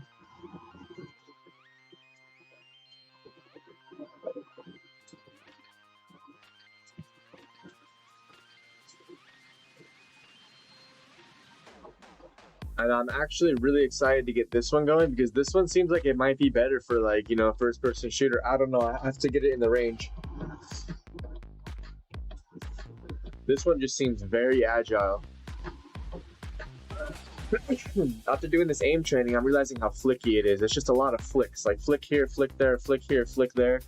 And something like this, whoops, it's solid resin. It's kind of heavy. It's kind of heavy for its size, right? So... and I have fucked up fingers, so I'm very clumsy. But yeah, this seems like it would be very good for snappy movements. This is, yeah. So I wanna get a prototype of this going next, guys, is what I'm gonna do. what to expect in the lab coming up over the next few days. We are going to get one of these bad boys prototyped.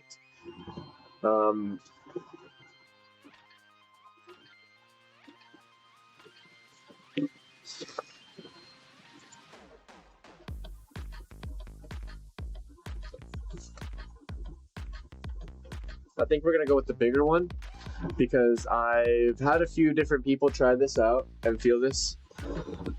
And the feedback I got is that the bigger one's better.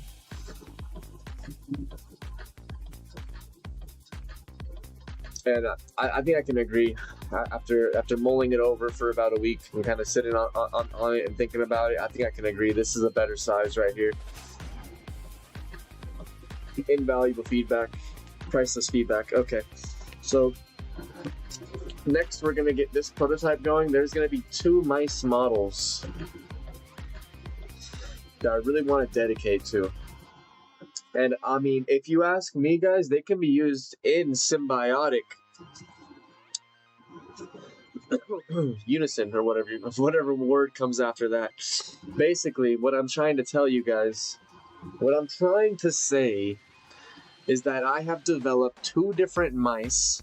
One of them for the main hand, first-person shooter, snappy and shit. The other one is a tool grip for the offhand.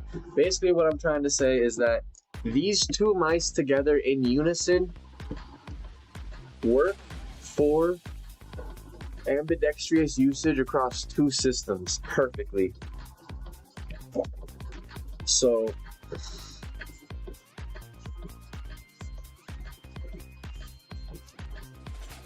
the tool grip on this makes your left hand feel like dude, like you're, I don't know, it's like you're guiding a planchette on a Ouija board or something, man. I don't know, it's like, it's not even real, dude. It's like the mouse is guiding itself. I don't know how to explain it. This thing is magical in the offhand.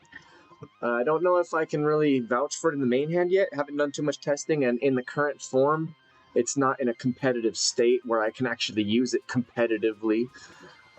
So it's still up in the air. For a competitive main hand device, this is still up in the air.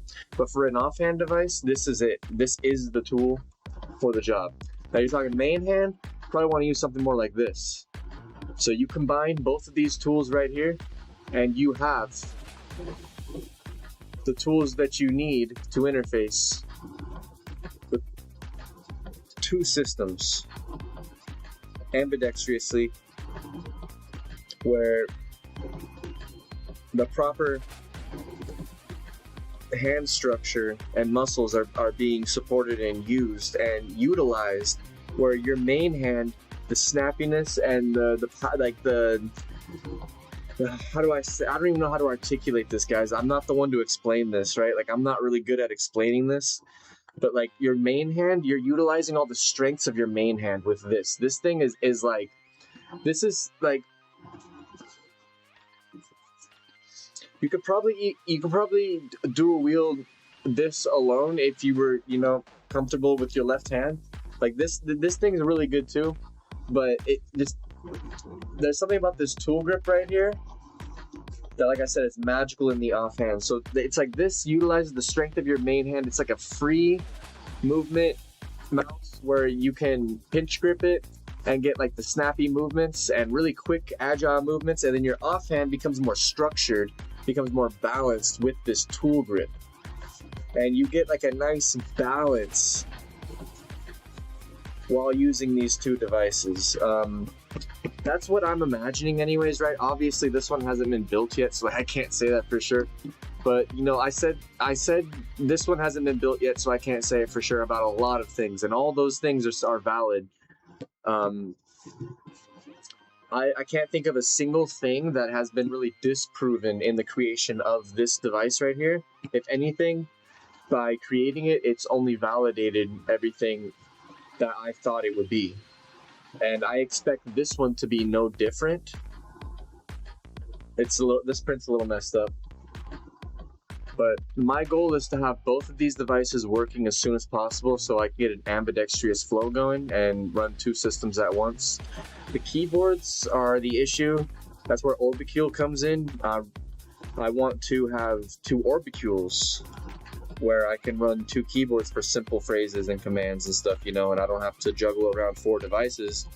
I can just have 2 devices and 2 surfaces. So that's what I'm trying to do here, and I feel like we're really on the right road. We're really making some good steps towards that. That's the main idea here, is ambidextrous workflow. If anything, bringing an extra controller into gaming, so you're really using 2 hands and 2 sensors and 2, joysticks. Like, I guess the controller already has 2 joysticks, but you know what I mean. You know what I'm trying to say. Like,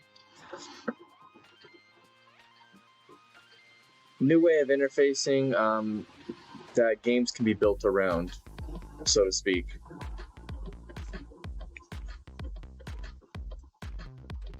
Just cooking in the kitchen, right? We have a bunch of ingredients, right? So when you're inventing, you don't have to make a new ingredient. Like, if you're gonna invent something, you don't have to make a new ingredient. You just have to make a new recipe, right? So that's kind of what we're doing here. We got mouse sensors and motherboards or whatever, GPUs in that mouse, whatever the fuck's in that mouse. We got all that shit technology. We're building a new recipe with these ingredients. And the strongest point here is the actual grip logic. The actual grip logic is the strongest point. The pinch grip, so we're bringing it, it's not a traditional mouse palm grip. It's not a fingertip grip. It's not a stylus. This is a pinch grip. That is the main point here. That's the main point here, is the actual logic of it, right? So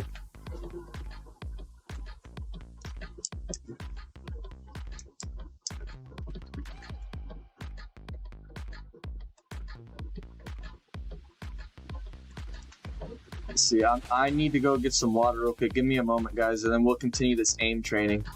Bless up, everyone.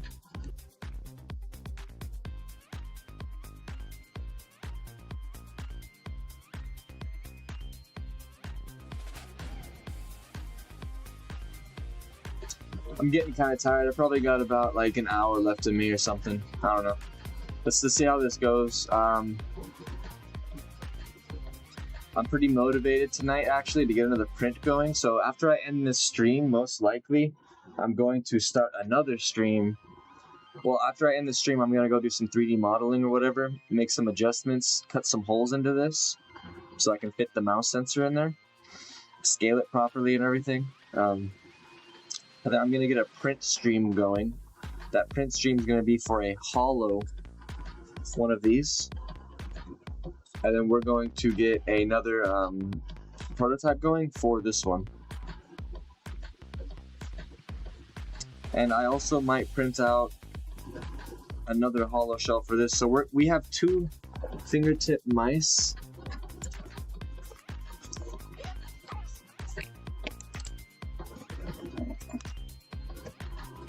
So we got both these fingertip mice right here. So we can make 2 prototypes with these fingertip mice. So that's...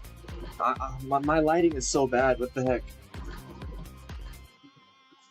Literally have a light on in my room. There we go. And I have the other light on too. I have like multiple lights on and I can't see shit on my camera. What the hell is that?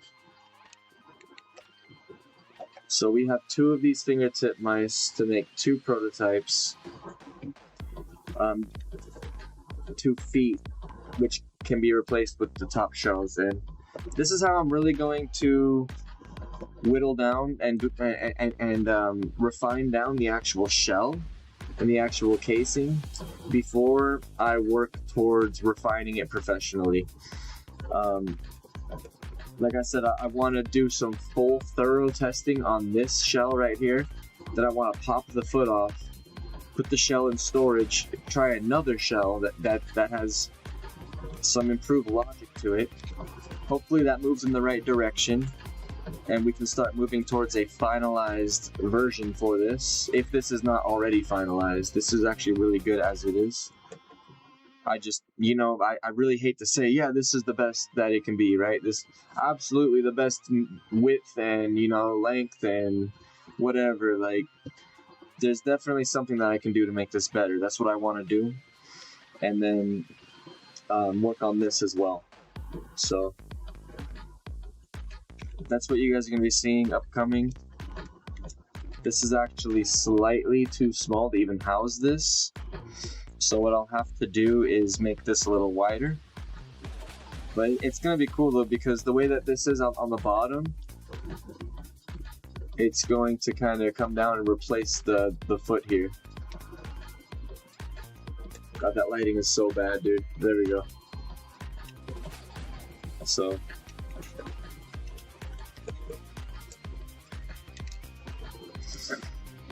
if by the end of this I have 2 mice that are comfortable for ambidextrous system usage, then I've succeeded at what I've been trying to do.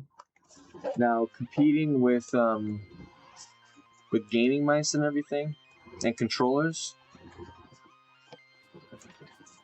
we're really gonna have to step up to the plate to that and make sure, you know, these are refined to where they need to be. I mean, I really can't speak for that right now, dude. I got a cigarette butt fucking propped into the side of the thing as a left click button. Like I can't sit here and tell you, bro, this is better than a gaming mouse, better than your controller, bro. Like I can't say that yet. It's not there yet. But I can tell you that the logic holds up. All the claims that we've been making, everything we've been thinking that this is gonna be, it's all holding up strong. Very, very good sign. It's just it's not in a competitive state yet. It's not in a state where it can be used in a competitive environment, and you know, where I can make competitive claims on it when it comes to like first-person shooters and shit, right? Because like I said, we're using a cigarette butt as the button, but as we refine the geometry, the contact points, the actual physics of it, we're going to absolutely dominate, I believe, the mouse/controller market. I think we might even create our own market, because what I expect this to be is going to be in its own category. It's not even going to compete with mice or controllers. It's going to be in its own category. That's what I want this to be. So, anyways, for now though, it's just ambidextrous usage. That I can tell you for sure. These devices right here are primed for ambidextrous usage. And when it comes to the offhand, that's not even preference. That's not even preference. This device right here, the way it has the tool handle grip, it really supports your offhand in a way that allows it to function as if it were your main hand. That's my true belief. Like, obviously your offhand is never going to be as good as your main hand for tasks and stuff, but this right here brings it levels the playing field, you know, for your offhand. So for ambidextrous usage, this is already there. But now you're talking about competing with competitive gaming devices. I would love to see, man. I would love to see how far we can get when it comes to that aspect. Like I said, right now, I have a cigarette butt stuck to the side of it as my clicker, so I don't think I can make any claims in that arena yet, but we're getting there, though. We're getting there, guys. Give us a little time. You know, we might be able to start making some claims in that in that aspect, bro, because I mean, we are moving in that direction, and everything we have expected is holding strong. There's been nothing where we haven't been blindsided with anything. Like, the logic is holding strong. Like, hallelujah. I mean, as it should, right? We've done some solid prototype prints that just felt so good. It's like, why would it not feel right when you get that sensor in it, right? Anyways, moving in the right direction, guys. Next step is going to be to prototype this one, and then start finalizing the hardware and the bolts and stuff and mechanics that we actually need to make this proper. Geometry too, like try out I need to mainly just try out 2 contact point compared to the 3 contact point, and see the actual distance of the points to the sensor. That's the main thing, because the belly feels perfect. The geometry for the body already feels perfect.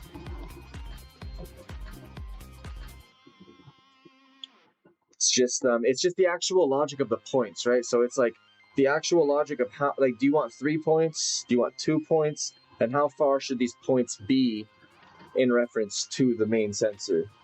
Those are like the main things that I want to work on this before finalizing it.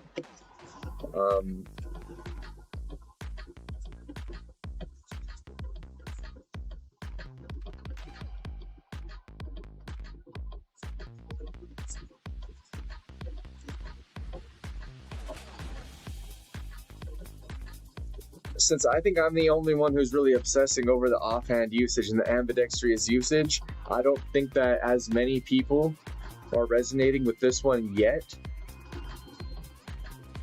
compared to this one. Because this one, it's so simple, and simplicity kind of like speaks for itself kind of thing. Like this, it's a little bit more complicated, and it's for a little bit more niche of a thing. It's for an offhand right now is where it's at, right? I haven't proven this to function superior to a fingertip or traditional mouse in the competitive arena yet. But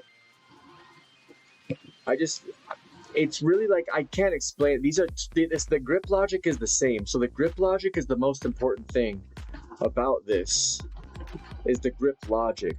But it's just kind of like, would you rather have a full kind of handlebar support with your grip logic, where you can actually rest your palm down that thing and actually, like, you know, use it for a long period of time without getting fatigued and all of that stuff? And or would you rather have like this right here, where it's just like, you know, like, they are both just so good in their own way, but really it's the grip logic, I think, that make them what they are, though, is the pinch grip logic. The idea of kind of combining it into your fist. Like, this one just kind of replaces your index finger in the grip, and this one's like a handlebar. So, like, you know, it's complementing the grip so well with this grip style and this grip logic, that I think that there are tons of different builds and device styles and different devices you can make off of this grip logic, which is the idea of, you know, pinching the side of it, hovering the index over the top, and then adding some supports if needed. Just the grip logic itself survives across various builds, and that's really the main thing that inspired all of this, was the grip logic itself. I don't like fingertip grip, I don't like traditional grip, I don't like claw grip. I do like this grip. This is a grip that I actually like, and I actually stand by. I actually vouch for it, and I actually stand by this grip. I actually like this grip. I don't even know what you would call it. Captured grip is what ChatGPT says. That sounds lame though. That sounds weak. I don't know. This grip style to me seems better than any other grip style I've seen, which opens up, you know, a whole different category of devices to be made off of that grip style. Just like how, you know, fingertip mice, like, they made the fingertip grip became popular, and now you got all these fingertip mice are selling everywhere and stuff. It's like, this is literally a new grip style, and I believe this grip style is superior, in my opinion, to traditional claw and fingertip. I believe it brings a combination of all three. I mean, you have the best part of your palm right here, which is the top right here, that you would use for handlebars, is supporting right here. So you have, that's like the best part of the traditional mouse. It's basically just like the best part of the palm right there, right? And then you have the grip is kind of like the claw, where you're kind of clawing some fingers there. And then, you know, like, you got the fingertip because it's all being put up here towards your fingertip. So, like, I don't know how to explain it. This right here just seems like a combination of the existing grip styles, and it seems like it would be better in every way, shape, and form. Like, I'm not very competitive when it comes to mice, so when I hop into that aim trainer and try to test it, I don't have the vision that someone else might have who's super competitive with mice. So when I get someone who's super competitive with mice to test this and try this out, is when I'm really gonna start getting some answers and some feedback in the competitive arena. Now, if you're just talking about basic interfacing, yeah, this checks all boxes. This checks all boxes. If you're just doing office work, or if you're just like browsing around and stuff, like even with this prototype right here, I can tell. I mean, I'm going through these menus, I'm navigating, no worries with this thing. Like, obviously, right? It's a mouse sensor. Like, why wouldn't you be able to navigate with it? It's just, but it's more comfortable. It's better for navigation and basic tasks, I feel. Like I said, it's gonna take more than just me to validate whether this is a competitive grip logic and whether this is a competitive device. And I am more than willing to share this with the community and bring this to whoever I need to bring it to in order to get the proper feedback to improve it or validate it. But where it's at right now, this is already like an S tier interfacing device. It's just, making the claim that it's a competitive device, like a controller or a mouse for first-person shooter gaming. That's where we need to move to in the future to really have the confidence to back this thing at that level. Because I'm pretty confident backing a device that's ambidextrous bound, and made for dual usage. Pretty confident in backing a device that's made for basic interfacing and for basic tasks. But when you're talking about like competitive competitive esports and stuff, like if this holds up in that arena, I mean that is what's gonna set this apart. That is really what's gonna be what sets this apart, is if we can validate it in like the esports arena and say like, yeah, this is better than a controller, better than fingertip mouse or claw mouse or traditional mouse, like, or at least if it's not better, then it's a competitor for it and holds its ground against them. That's what we really need to make this stand out and stand apart. And I think that it's there already, but obviously my opinion's biased. So anyways, guys, thank you so much for stopping by BizTory time, and thank you for asking that question, because you got me down a whole rabbit hole of information there to explain to you guys. So anyways, I might do a little bit more aim training, but I feel like the main validation from tonight is that this Temu mouse sensor sucks balls, dude. Because I mean, it doesn't have the DPI switches on it and stuff. Like, if I had like a little bit better of like a mouse thing going on, it just really helps when you can switch between those with the click of a button and switch between your DPIs and shit. Like, I can't even find my DPI in my mouse, my Windows settings, dude. I don't know if I'm tripping or what. Like, I'm using a different version of Windows on this computer, and I just cannot find the DPI scaler. Like, the DPI scaler, like, on my other PC, I can find it in like 2 seconds. It's like right there. And in this one, I'm literally like scouring the mouse settings, and there's like absolutely no DPI scaler. I even looked it up online, and I can't find the proper settings route to get to the DPI scaler on this version of Windows. This is absolutely hilarious, and I feel like such a troll for it. But if I had one of the two, right? If I had a DPI button or access to my DPI menu, that would help tremendously for what I'm trying to do here. Aim training. But as the cookie crumbles, you gotta work with what you got. And yeah, man, I've had a lot of fun tonight doing this aim training and stuff, man. Aim Labs is amazing. I really like the course they got set up. I am excited to push forward and see which one of these devices is stronger in the first-person shooter arena. And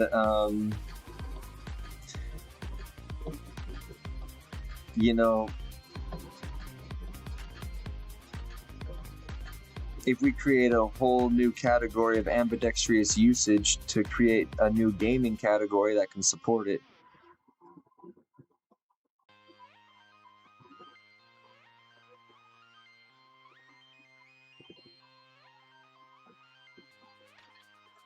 And I don't even know what that would look like. All I'm saying is that a lot of these games nowadays are under demanding, right?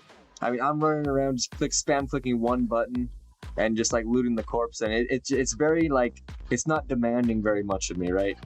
So I'm just imagining like those arcade days of the Dance Dance Revolution where you got that sweaty motherfucker in there hitting every note, dude, on expert mode, and just like, it's imagining how hardcore and intense gaming can be.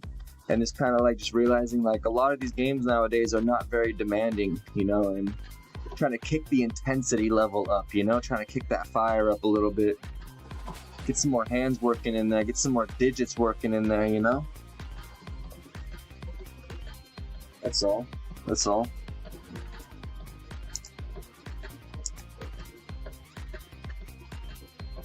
I kind of want to listen to Baba Yaga again by Kevin Macleod. That song slaps.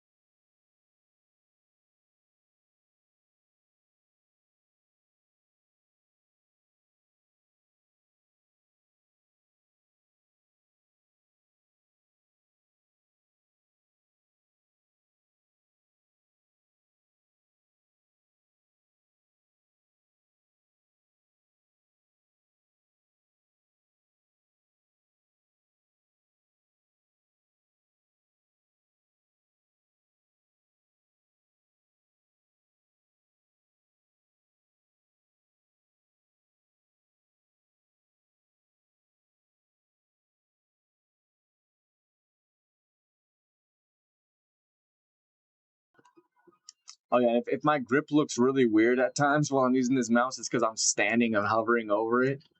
So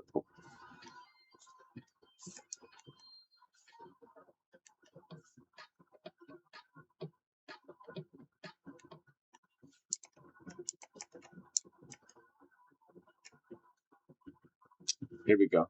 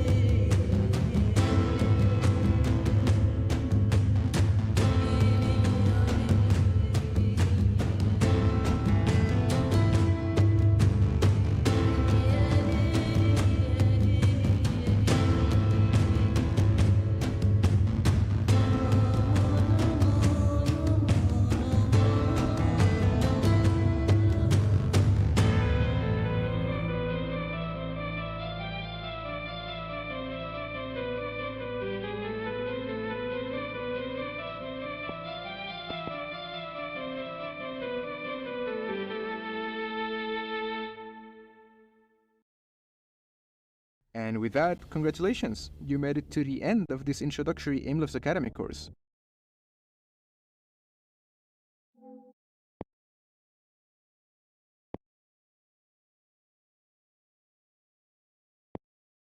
To the end of this introductory Aimlabs Academy surface when it comes to aiming, of course, and a better understanding of where to know.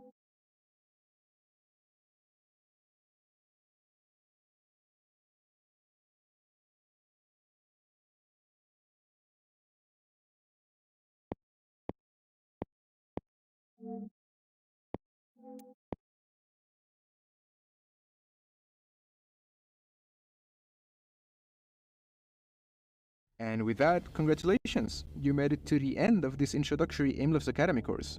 We have only scratched the aiming, of course, but hopefully you have to start and the basics in general. I will advise. These are 4 recommendations I wish someone had told me when I was starting out my own aim training journey. Once you find a task or routine,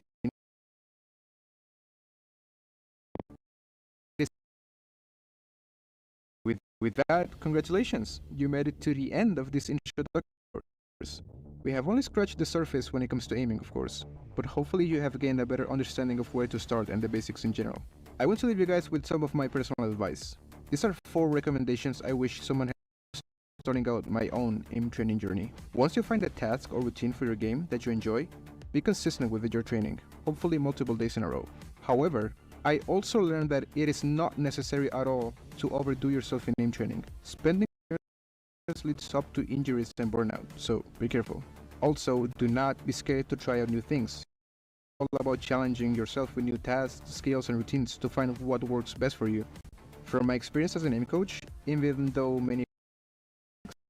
everyone is different, you're going to have your own strengths and weaknesses, so always keep that in mind when grinding and building your aim mechanics. It's all about developing and refining your own style. And last but not least, and I know this can be a difficult one, don't focus only on your score. Especially if you're just starting out, you should focus on gradually identifying and fixing your mistakes.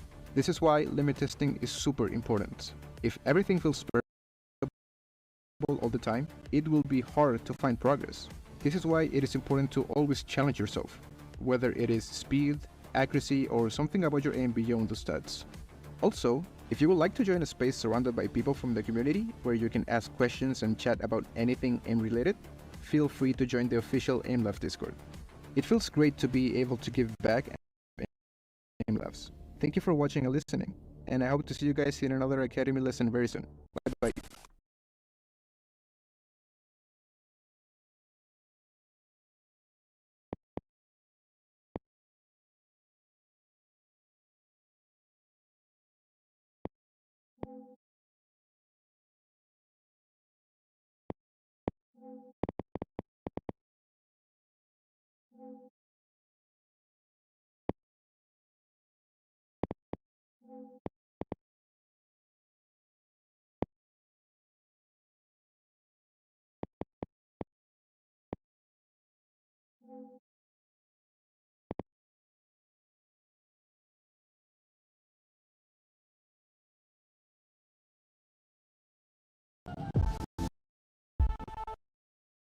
Court.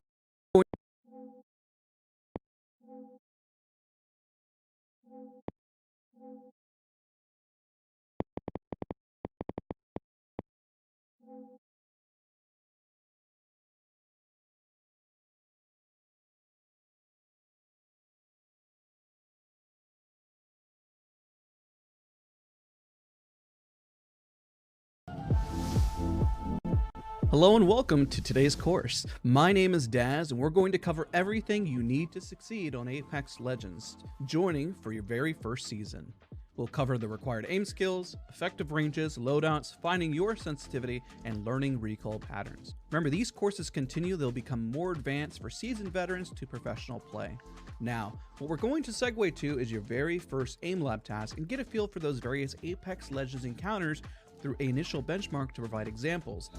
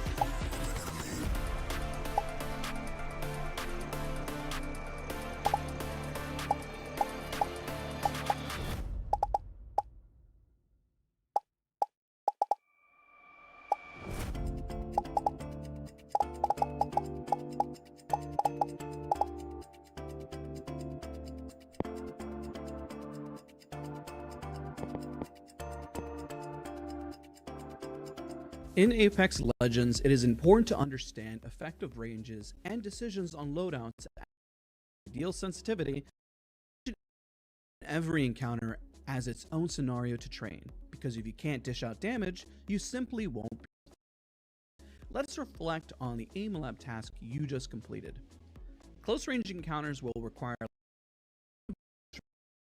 from around 0 to 30 meters. Encounters will increase the dexterity. Someone is looking to reposition again 20 meters. Then long-range encounters requiring many times forget to master damage. They focus too much on flashy and they're only seeing one piece of a larger puzzle. Another note have different bullet velocity, aka travel speeds, and drop, meaning where your crosshair is not where the bullet may to train in the test range and get used to that speed and lead your shot, but also account for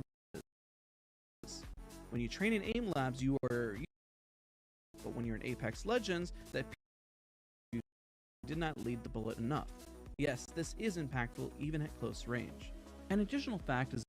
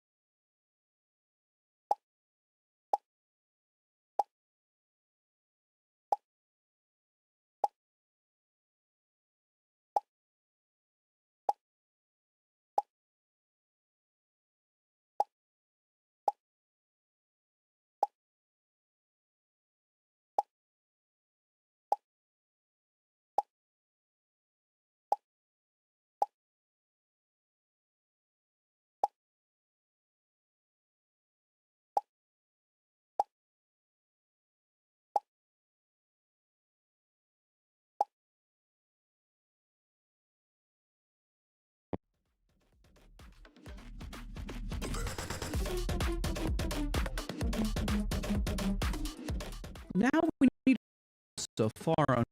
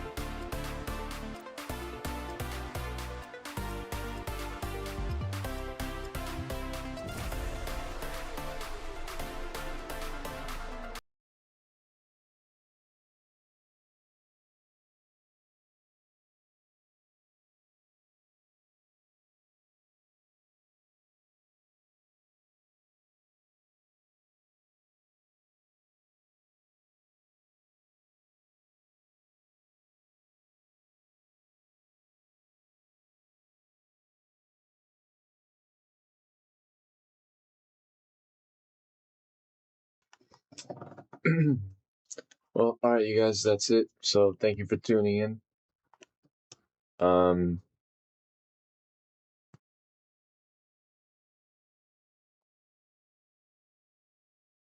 had I had a lot of fun running the aim trainer tonight with this, but